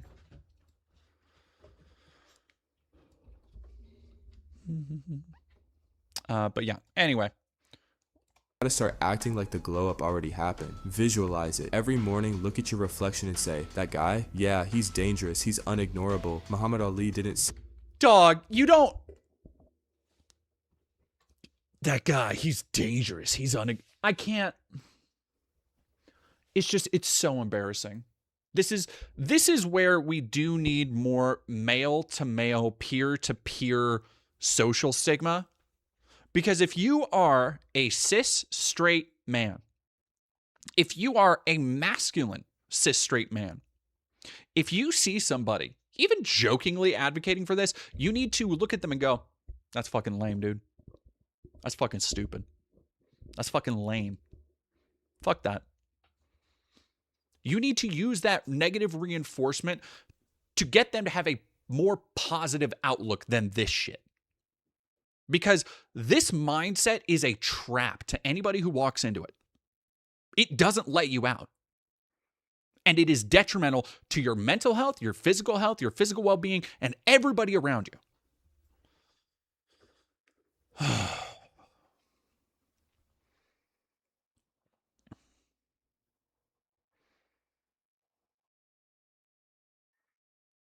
Yeah, B. Parker. Also, homoeroticism is a really big part of it in a way,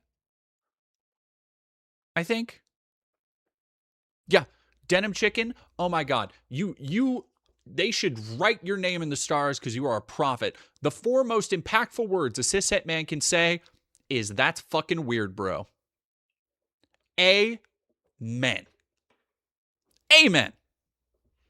People need to keep each other in check more socially. So I have a little bit of a script I'm working on about the kind of R slur and how it's managed to wiggle its way back. And the main crux of it is that you should just, if you hear somebody saying that, you should go, hey, that's fucking lame, dude. That's just lame. I hope I become great. He said, I'm the greatest. And his body and brain followed that lead. That's not how it... Muhammad Ali did not start out saying, I'm the greatest. He worked his way there and then said he was the greatest. What? It's the fucking secret. It is just manifesting shit. It is dream boards. It is, I'm going to look like this. Like, do you think these people keep up images of Cillian Murphy and all like Abercrombie models and shit in like their school lockers and stuff? Because all of these people seem like they just got out of high school. You're not faking it, you're programming it. Trust me, you train your body in the gym. You gotta train your self-image in your head. Now let's talk the first real fix. Debloat your face. Most guys don't look bad, they look puffy, like your jawline is trapped in witness protection. You're not ugly, you're just holding 3 pounds of sodium and trauma in your cheeks. Here's what you do. Drink coconut water first thing in the morning. Potassium flushes out sodium like a bouncer kicking out drunk thoughts. Green tea twice a day, natural diuretic, clean energy, glowing skin. It's the holy tea. Ditch the hidden sodium. If it comes in a bag, a box, or it was made in a lab, it's probably plotting against your face. Before bed, magnesium, calcium, and zinc. Again, these are just like hygiene and vitamin habits. This is not like some arcane fucking knowledge. Yeah, no, until they get to the buccal fat removal. These minerals help balance water retention and regulate hormones while you sleep. Do this for 30 days. You'll wake up one morning, look in the mirror, and think, who let this jawline get out of pocket? Next up, hormones. You could be doing everything right, diet, workouts, skincare, but if your hormones are down bad, so is your glow up. Most guys today have lower testosterone than their grandfathers, and I'm talking grandpas who were drinking unfiltered water and wrestling bears for fun. 2 natural hormone hacks that work. Sunlight exposure, timed, morning 7 to 9 a.m., face and chest, afternoon, legs. This helps your body produce testosterone and regulates your circadian rhythm. Eat like your ancestors. Morning, eggs, organ meats, dinner, nuts, oysters or shellfish. The zinc and ancestors did not just eat protein. Like, do you think, because this goes back to like one of the, I've actually had kind of a, I've had some articles waiting on the what's that fucking crazy roided out dude who looks like Bonesaw in the first Spider-Man movie? The meat freak. What the fuck's his name? It's not Meat Freak, is it? That's stupid. It wouldn't be that. Liver King. It's Liver King. That's what it is. Liver King is one of these dipshits who's like, yeah, you need to eat only shit that your ancestors would have picked up on the side of a road.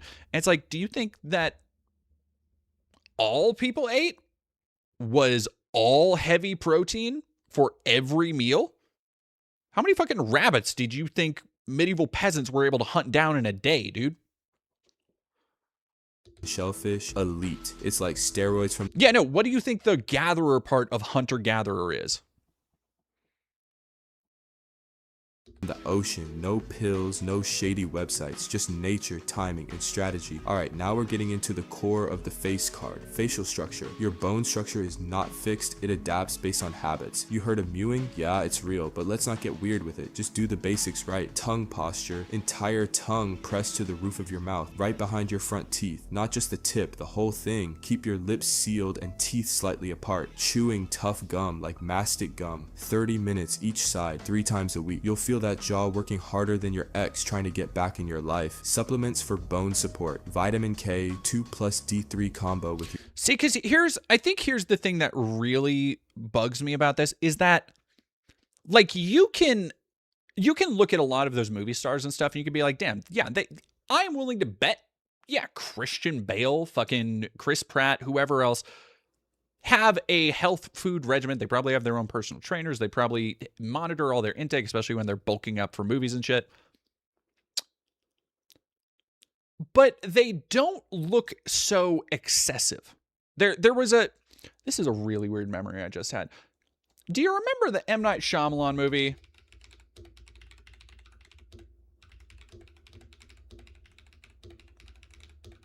Oh, come on now.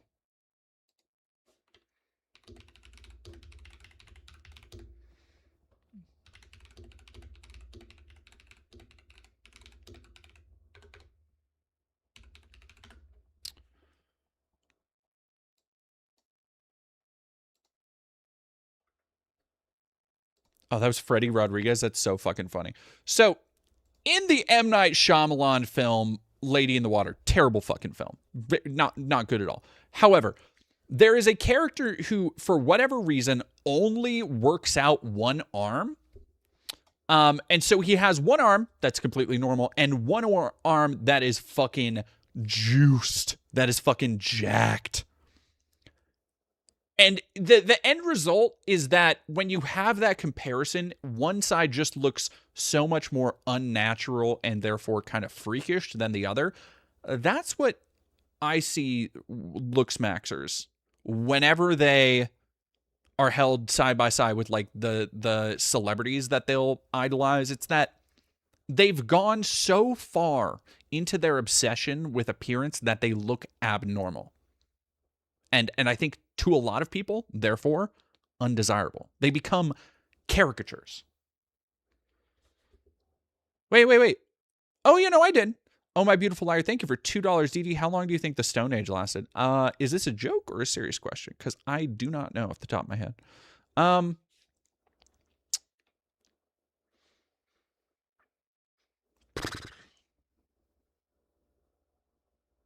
mean, if we are talking about the Stone Age as like the era of tools, right?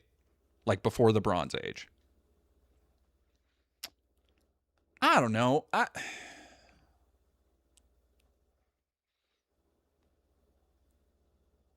couple thousand years. It's always hard for me to tell when it comes to stuff that I haven't A, studied recently, and B, off the top of my head, because that sounds like you could tell me that the Stone Age was 20 years and I was like, sure. Or you could tell me that the Stone Age was 1,000 years because, yeah, see, I just got 20 years and 200 years. So like, it's a lot. It's a lot. I don't know how long we were just hitting shit with rocks. Probably a lot. Probably a long while.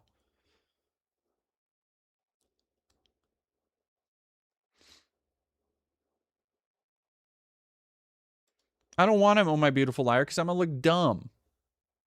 I'm looking dumb.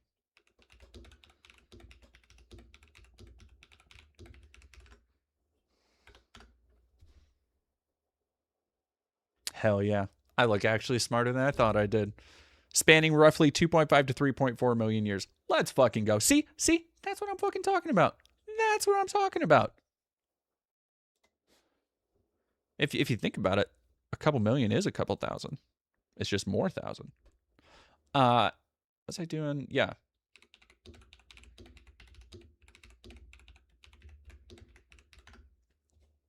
Yeah, and then see, that's why I mix it up, because I know that from there it goes where it's like, okay, the Bronze Age, roughly 2,000 years. They were like, no, we got this shit figured out. We got this shit on lock. All right, so let's talk about Clavicular. The dipshit who recently ran somebody over in his car. Clavicular says that he is influenced to do anything, that he's his own man and he's just logical. I disagree. I think he's comparing himself to other people and oh no shit, saying there's better looking people out there, and so I need to do better. So you want to be 99th percentile at all aspects of life? Absolutely. Except maybe longevity. Yeah. Coach Greg, in today's video, it's on Clavicular. This guy is one of the most interesting characters I've ever seen. He reminds me of a combination of Togi and Brian Johnson, of all people, rolled up into one, except this guy is not trying to age Max. He doesn't care about living. He cares about maximizing his looks at all costs. I don't want to spoil the entire video, but here's some things that he's done. He started. Look, there's two different kinds of the same dude here, is what we're looking at. And I will say, I think Coach Greg looks like he's been taking some of the juice a little bit. And yeah, this is a hard this is a hard face to look at. This is, yeah, no, it's a rough 19. I'm not gonna lie. It's a rough 19. Amazing. All those fucking vitamins and minerals, and no, not a whole lot of skincare. Started using steroids at 14. He wants to lengthen his limbs because he's only 6'2", and he's getting titanium implant surgery in order to make him look prettier. He wears makeup, and he's a neural divergent, which I learned has something to do with autism or something, and he's very, very bright. I'm going to argue that I'm going to say, first off, I'm going to say an endorsement of intelligence from Coach Greg. I'm not going to take with a lot of the guy who just said neural divergent. I'm not going to take with a lot of salt. I'll say.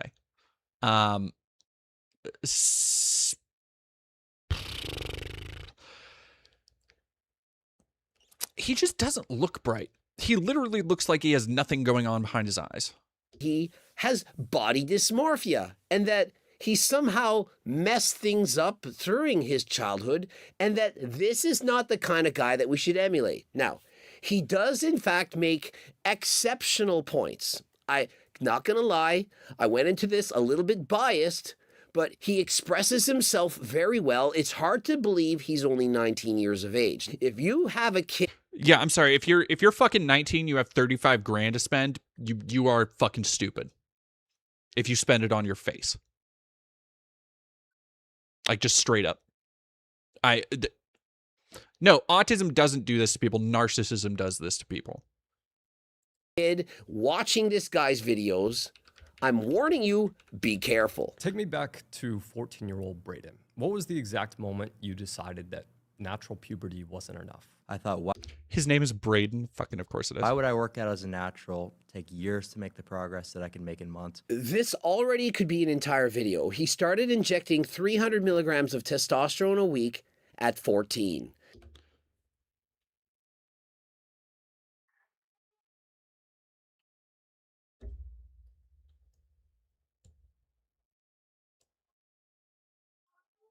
I'm fucking...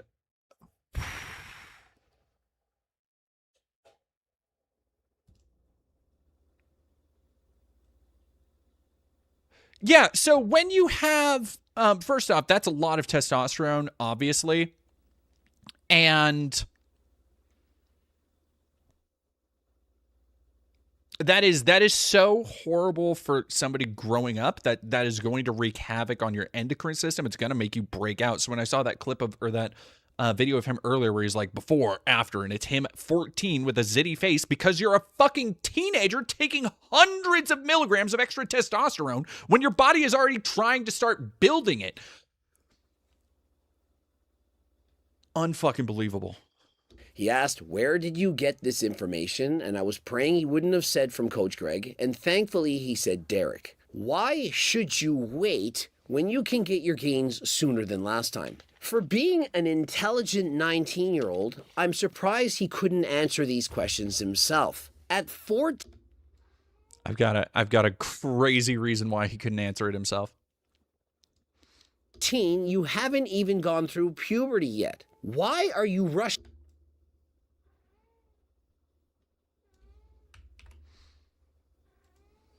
All right, here we go.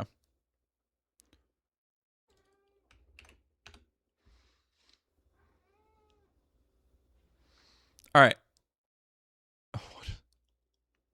What is this fucking... Hey guys, it's Drake here. This can be kind of weird for me just because I never really talk about personal stuff on this channel, but some things have come up and I figure I might as well just fill you in on what's going on. So, I've been making YouTube videos. Blade Van Lant, thank you for $5. Is this the 100% final form of MGTOW? We're all doing the worst parts of cyberpunk dystopia. Kind of. Like, kind of. There is a lot of... Look, there is a lot of MGTOW men going their own way in the incel movement. Like, one kind of spawned the others. But I feel like MGTOW is a very boomer-coded thing. Where MGTOW feels to me like the domain of... Like, the domain of the... who are those fucking... The people who will go and argue like traffic tickets with judges and talk about how they're actually seafaring vessels or how they have eminent domain or they're not under a jurisdiction or whatever the fuck. Who are those people? Sovereign citizens. Yeah, Blanchy, thank you. I feel like MGTOW is boomer coded in the same way SovCit bullshit is, where it's just like they believe in two... They aren't cynical. They have not been conditioned to be cynical the same way that the young generation, the new heads have about society, about the structures, how they're organized. Like, they still believe that there is a core permanence to everything and a purpose for all of these things. They just don't like that it doesn't serve them. Whereas incels, I think, largely don't care. They nix all that other shit and just focus on them. for nearly 18 years now. I started my channel in 2006. Does this actually have something? There's been periods of my life where things would come up and sounds. It actually means something. Like I've played with one too many chemicals and I went out and caught cancer. And knowing my luck, it's gonna be some stupid rare one that you can't fix.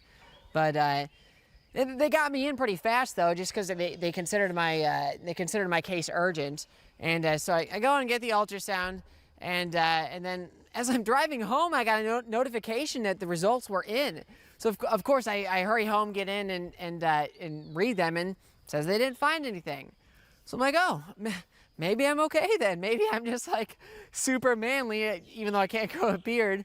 But apparently not, because then they ordered a brain CAT scan and an abdominal CAT scan. And so then, of course, back to being nervous. Gosh, such a roller coaster of emotions. But then the day of the CAT scan comes, and then I get a call from the clinic saying, hey, we haven't heard from your insurance. They may not be willing to pay for this. So then I call them, and they're like, no, we're not covering the scan.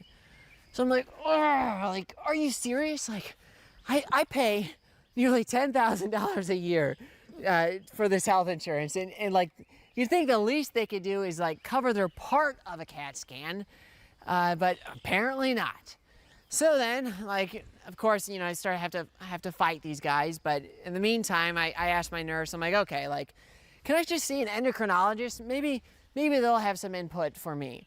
And then again, I get a notification on my phone that I have an after visit summary. And I'm like, I didn't see a doctor. I haven't seen a doctor during any part of this. So then I log in, and turns out an endocrinologist looked at my chart and wrote a few notes on it. And he's like, yeah, this guy has high testosterone, but it's actually a secondary problem to having high levels of this protein called SHBG. And it's probably due to liver disease, but cancer is also possible, so I should still get that CAT scan. So I'm just like, oh, I do not like where this is going. This is bad. So my insurance denies the CAT scan, right? I mean, that's a really, really common move for health insurance. They just like to blanket deny procedures because they'll scare some of the patients off that don't want to go through the whole process of fighting them, and it saves them money, of course. Okay, I don't have time to watch the whole thing, but I do trust you, Stella, that this is good on him. Puberty. Why do you want to be an adult when you're a child, a teenager? Some of the best years of your life are going to be when you're a teenager. And when you get older, you will do Wi-Fi Freedom. and Have a pay good one. anything to get those years back, but yet you want to fast forward to your future. Why not just enjoy the ride? Not to mention all the horrendous side effects, taking years off.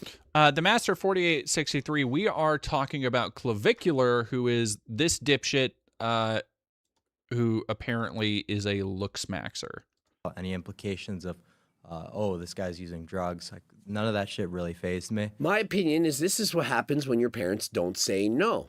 Oh, my son is special. He's neurodivergent, and so I'm just going to give him what. It's very funny that he's doing the old boomer guy fucking oh, all the kids today are coddled, and it's this nightmare abomination Frankenstein square chisel-jawed creature that he's oh, these fucking liberal parents these days making all their kids neurodivergent.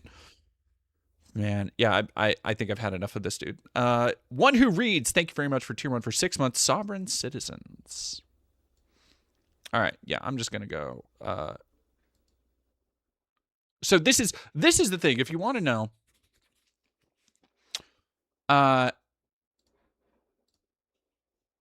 the full cost. What does it cost to be this fucking badass, this fucking cool looking, this fucking good at everything? People are asking, are you going to be infertile? Do you worry about having children? So right now, I am infertile, but I'm not able to have a kid right now. But if I wanted to, there's a protocol I can put in place to be immediately good again. Wait, why are you infertile right now? So it's just a negative feedback loop when you're not needing to produce testosterone anymore because your body realizes, okay, we're getting it from an exogenous So you're not producing source. any testosterone naturally? No. None? No. Oh, I'm not taking TRT, bro. Well, how do you think it works? You just don't, your body realizes we're at a certain level, we don't need it anymore, so it stops reducing it. Like, it's fucking adorable because he's this little, like, Ken doll looking motherfucker, and he's talking about everything as though this is a normal thing to do, and as though he has a normal life. Like, here's somebody who has been using TST so fucking much, he is infertile, which also probably means that it's... We have... The idea of what attractiveness is has been so manipulated by the most narcissistic and self-centered people who are so focused on their own idea of what is attractive that it's not just that they're hurting each other, but they are changing the definition for themselves of the societal standards for like what is desirable in men. And look, I'm not one to talk about like, you know, oh, size is the, like, of course, if a guy has a bigger dick, like that's not true. But the idea that you can come forward and basically admit that you can't have kids, that as a Chad, Mogging, incel, whatever the fuck you want to call yourself, you are a genetic dead end, that you have Frankensteined yourself into, which, by the way, I haven't. I'm trans feminine. I'm not infertile yet. I'm a trans femme. I also kind of mog this dude, not gonna lie. I'm so Sigma, I'm infertile. So how do you fix that? How do you have kids? You just take something that, you know, signals your brain to restart the production. You stop taking the testosterone, your levels start to diminish. That's not how, it's not that easy, dude. Oh my God. You know, you agonize the receptors, and then your body just starts producing it again. So have other people done that before? Yeah, dude, like the chance of, you know, being completely infertile is like 1 in like 100,000. You should freeze some sperm. You've got to do that. You can get. People are asking, are you going to be infertile? Do you worry about like having children? So right now, I am infertile, but I'm not able to have a kid right now. But if I wanted to, there's a protocol I can put in place to be immediately good again. Wait, why are you infertile right now? So it's just like a negative feedback loop when you're, you know, testosterone, your levels start to diminish. You know, you agonize the receptors, and then your body just starts producing it again. Yeah, exactly. The protocol he's talking about will likely not work for him, given the high amount he's been using since he was so young. I would expect that too. I genuinely expected some special surgery. Well, he wants, hang on, I think it'll talk about it in this Times of India article, because this, you know, since he ran somebody over and showed a Patrick Bateman level of not caring, a absolutely sociopathic disconnect from like worrying about harming people. Hey, if you, for some reason, you would be surprised, this dude is also a fucking sociopath. He's kind of been a hot topic, which is why I wanted to talk about him, because, man, I haven't been able to talk about looks maxing yet.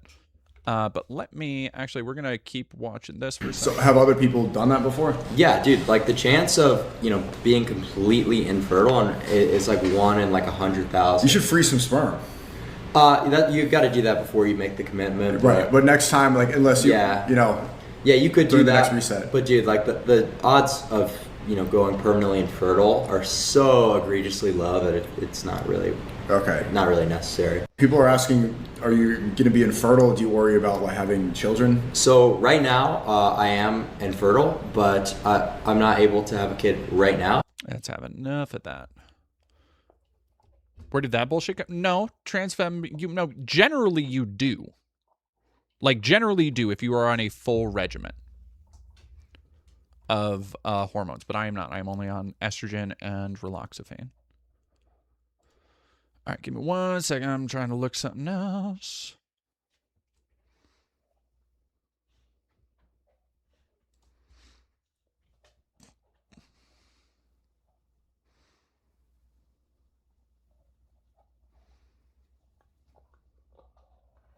Here we go.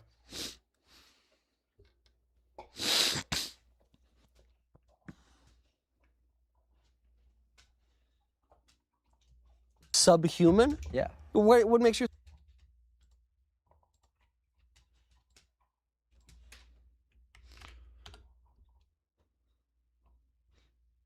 So, in case you were wondering, who's gonna win? What's this guy's beat? Where's he going?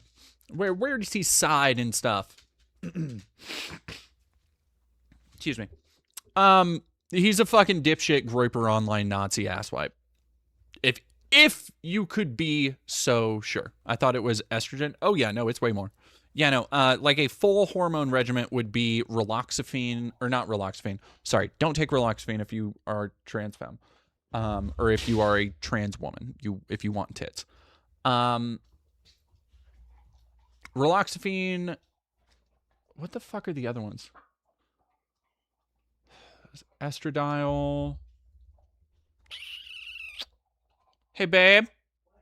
What are the other trans meds? Yes, spirulactone and progesterone are the other ones. And yeah, those are the blockers. So those are androgen or testosterone blockers, so they block the production of testosterone. Going to be Gavin Newsom against J.D. Vance because J.D. Vance is subhuman and Gavin Newsom mugs. Spiro, estrogen, progesterone, so it's like 3. Yeah, roughly.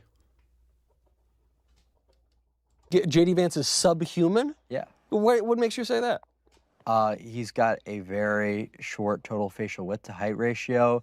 He's obese, very recessed side profile, whereas Newsom is like 6'3" Chad. So JD's very tall. JD's got to be still 6'2", 6'3". Gavin Newsom obviously mogs him to death. So you're a Newsom head. You prefer Newsom to the vice president. I'm just telling you who's going to win. Do you prefer him though?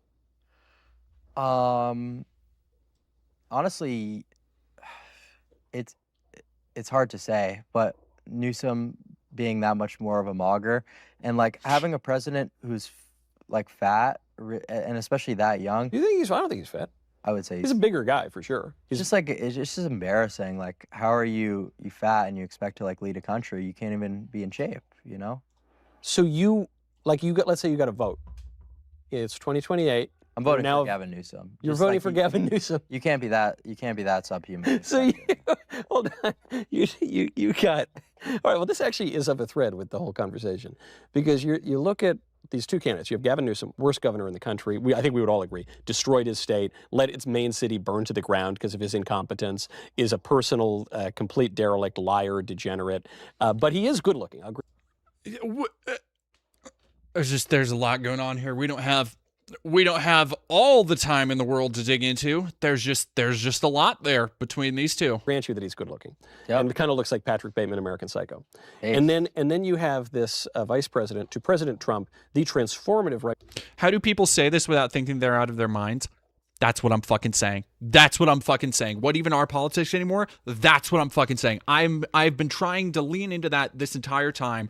It's just a bunch of incredibly insecure, bonkers people who are making their insecurities everybody else's problem. So yeah, anyway, how Clavicular became one of Kick's most controversial streamers. The attention did not come quietly. Viral clips showing Clavicular repeatedly using derogatory language triggered backlash across platforms at the same time as outspoken promotion of looks maxing, combined with unapologetic discussions about drug use, raised serious concerns. For many viewers, his rise felt less like organic popularity, more like a test of how far shock could travel before consequences followed. That is the attention economy we are in, by the way.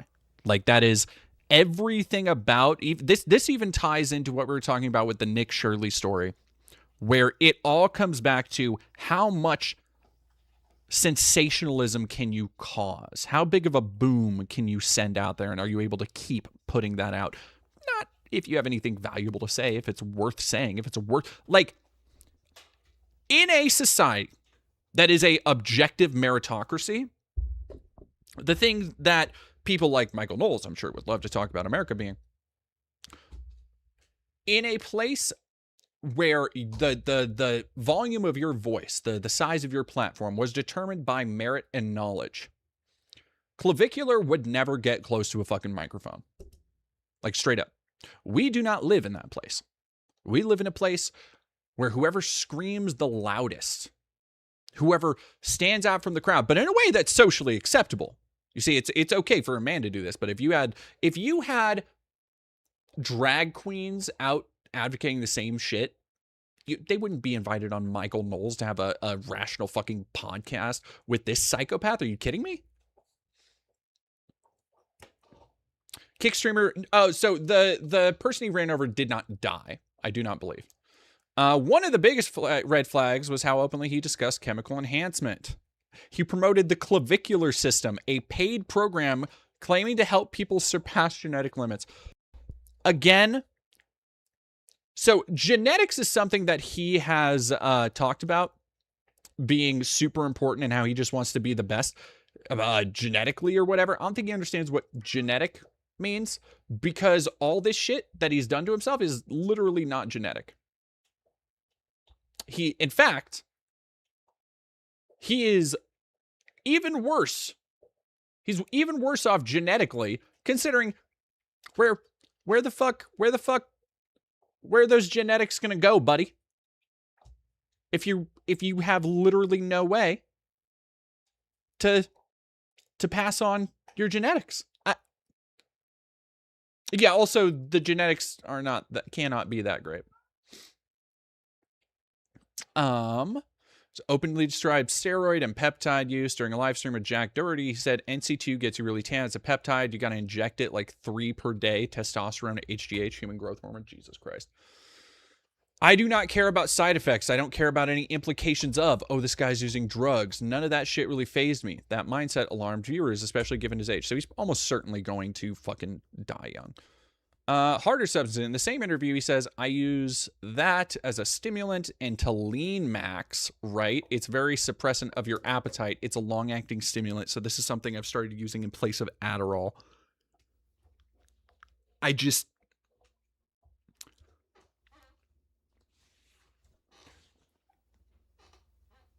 Lean max. Much like looks maxing is just fucking hygiene, lean maxing, it's a diet. Just call it a diet. You're dieting.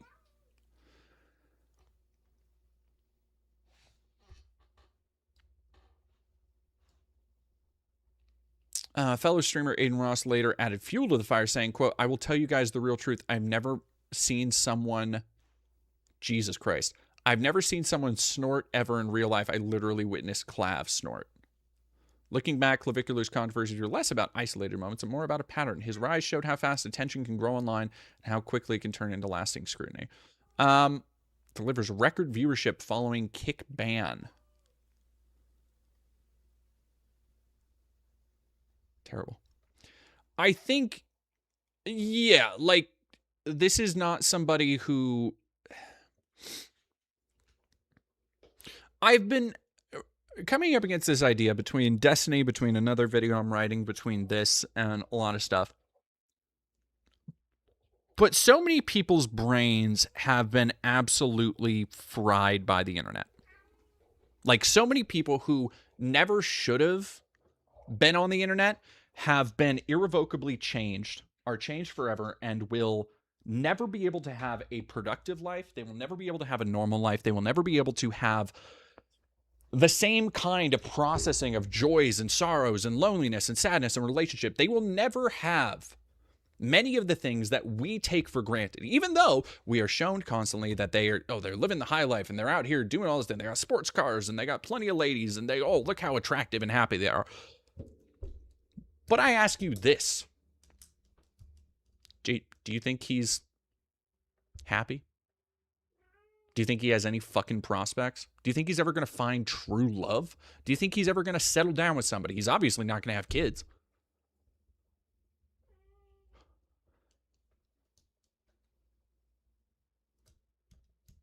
And when I think about those things, it's easy to point and laugh because essentially we're meant to, right?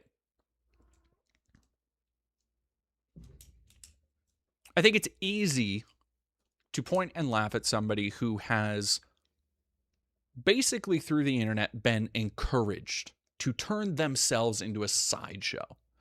And we've reached this level of saturation where entire people are able to be brought up, raised on the internet indoctrinated with all the hateful, dumbass bullshit from incels and groypers and all these subliterate ding-dongs until we get people like this. And like,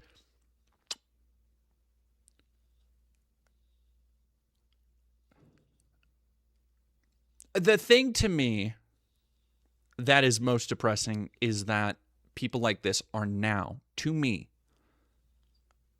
an inevitability. Like, how could they not be?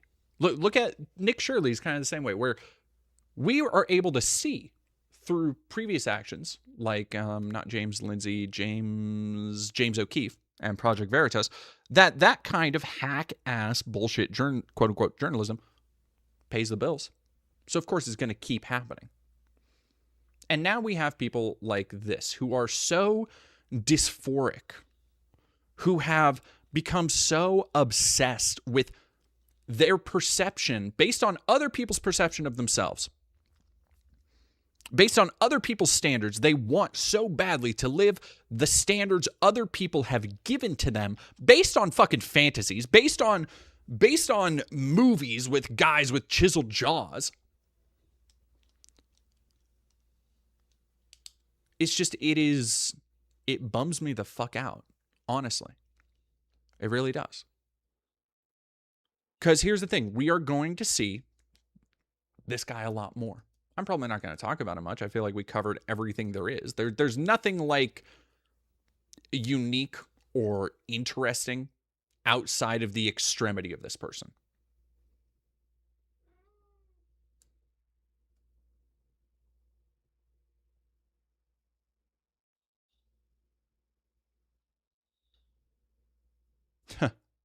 Why the hell are conservatives taking this dude seriously while demonizing gender-affirming surgery for everyone else? Because if you're a man, you can go through all of this hormone replacement, jaw surgery, mogging, mewing, muscle enhancement, the human growth hormone, whatever the fuck. And if you are a man becoming more masculine, it is ultimately in service of a established societal order that benefits them, where they get to put men and valuing men and masculinity at the top, so they don't really have to do anything. The difference there is that transgenderism and transhumanism subverts those expectations and basically scrambles it all up and says, well, actually, no, there is not one way to do this. There are actually a ton of different ways, and some people are happier that way. And that is what really pisses them off, is that it is disruptive.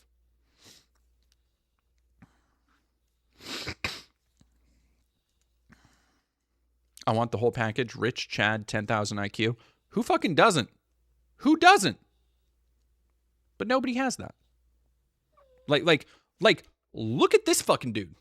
I would imagine being, on one hand, life seems so charmed for Clavicular. Like, imagine being this dude where you just make a living being 19, spending 30 grand on your face, looking like a plastic doll for 5 years while you still have, proper function in your fucking heart. And for what? To go on some podcast and talk about how you're looks maxing? Like, okay. So what?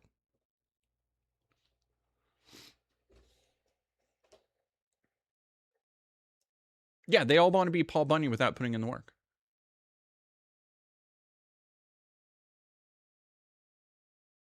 Are you talking to me? I would be wearing a powdered wig? Worshiping Layman, no, that's how you get Mar-a-Lago face. Oh, fuck, I forgot I was going to do a video on Mar-a-Lago face. I need to do the Mar-a-Lago face video because that is another... That's kind of a side tangent of this where the American obsession with aesthetics and this kind of like this very boring idea of what aesthetics mean and what it can be.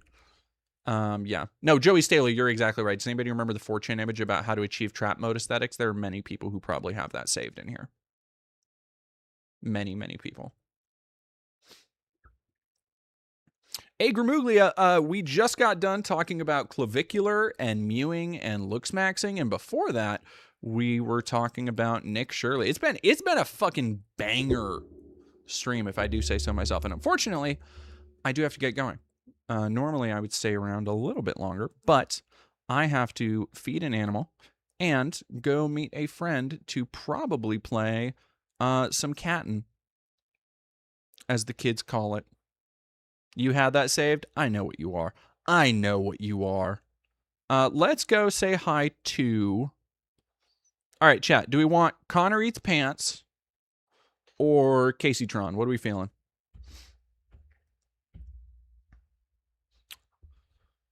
Cat. Mr. Chuck Grape, you wouldn't look bad in a powdered rig, though. Shut up. I know it. I'm just playing.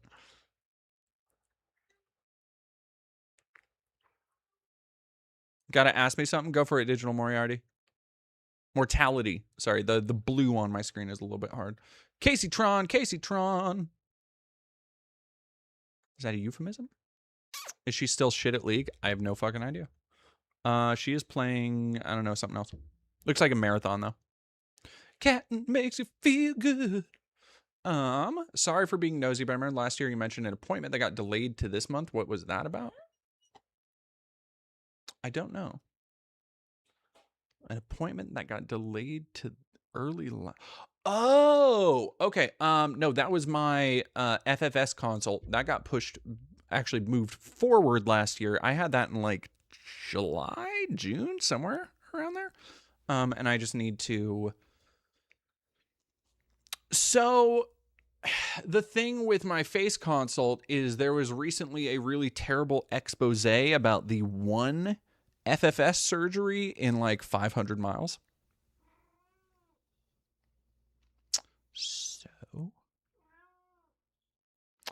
that has led me to pump the brakes a little bit, princess. Hell yeah, smoking weed herb, stay conscious. Super Batman, bro, you got it. You got it. Hey, babe, do you want to smoke some weed herb later? Maybe. Let's fucking go.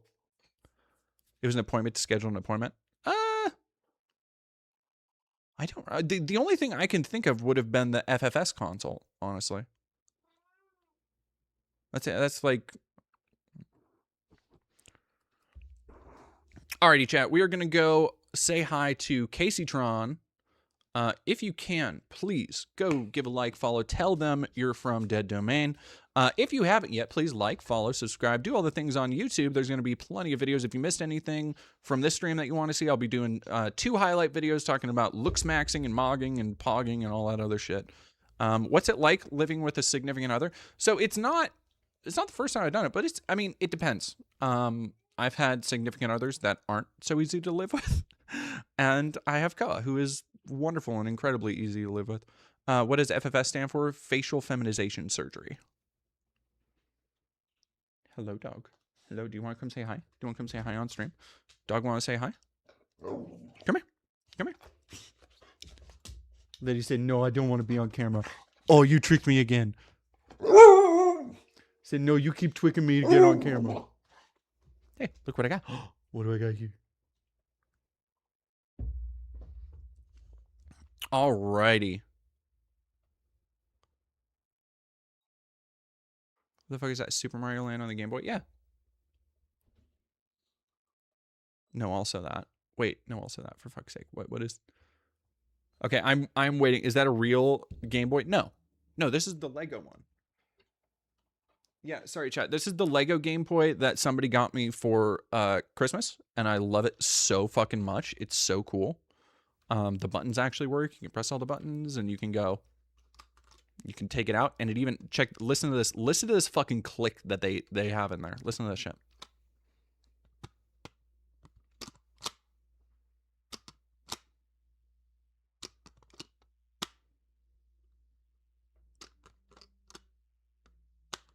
That's good shit. That's good shit. And then yeah, it's playing Super Mario Land 1 on there.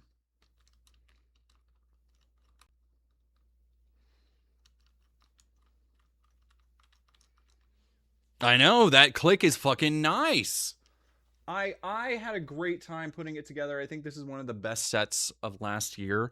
I have a really hard time with Lego because I love Lego so dearly. For a while there, it was actually a pretty sizable portion of my income where I was repairing Lego sets, where I would like buy old Lego lots, put them together, and so I would sell. I would repair and sell refurbished like Lego Castle, Lego Pirate. I did a lot of classic Lego Pirate. A lot of classic Lego Castle stuff, a lot of classic space stuff. And so I don't have, like, I have a lot of love for Lego. Obviously grew up with it. I have the whole Bionicle thing that people know about me, or maybe not. But I have a really hard time buying them now because I don't like using up a lot of room. I'm trying to constantly, and a lot of them are very big, but I think that one hits a really good happy medium. Anyway, somebody saying DD clicker training chat again. I actually have a clicker here. Not for training you, but I can. If you want. If that's what you're into. I don't know. Who's saying what now? I do, you know, Rise Again, I do fuck with Speed Champions a little bit. I like a good, here's the thing that bugs me is I grew up in the era of Lego where $15 or $10 got you a fucking adventure, right? Where if you spent $5 on a fucking poly bag, it came with 2 figures and an action set piece. You know, now, and you spend $25 on a Star Wars ship and it's 2 guys and a ship and like no other stuff. It fucking pissed me off. Anyway.